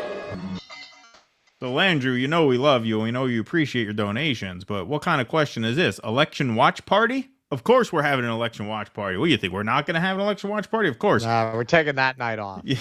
I need to be with people who understand this is the beginning of change. Free Palestine, vote Jill Stein. Of course we're having an election watch party. We're going to be on from 6:30 at night on November 5th until 2:30 a.m. on November 6th. That's the plan. If it's called before then we will, wrap it up when it's called. But my suspicion is it's going to go very, very late into the night if it's resolved on Election Day at all. And so we are planning for an 8-hour epic that night.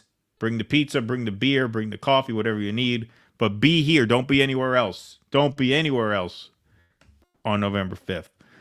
Sparky, thanks for the $5. Make Israel Syria again. In those Ottoman Empire days, Levant Jews got along fine with their neighbors, whether Muslim, Christian, or otherwise. Thanks, Sparky. MCFC, thanks for the $19.99. Thank you for continuing to get the painful truth out about the U.S.-backed genocide and the malfeasance of our politics that encourages it. Well, thank you. Thank you for that generous donation. Joseph Stout became a YouTube member. Thank you. That's very nice of you. Very kind of you. Appreciate that very much. Thank you. Sparky, go. Am I allowed to read that? I don't even know if I'm allowed to read that. They might censor me for saying that. But fight the power. Thanks, Sparky. Appreciate that. It's on the chat. Everybody could read it. I would if I could. I just don't know. I don't know. They could turn you off for anything nowadays. All right. Thank you very much, everybody. Appreciate you all. We will see you on Thursday morning for some morning dew bright and early. Set your alarms Thursday, everybody. We will see you all then. Thank you to our YouTubers. Thank you to our Rumblers. We appreciate you all so much for being here. And we will see you Thursday morning, 9 a.m. for morning dew. Until then, thanks for being here today, everybody. Be safe and be well. This is the way. This is the way. Please clap.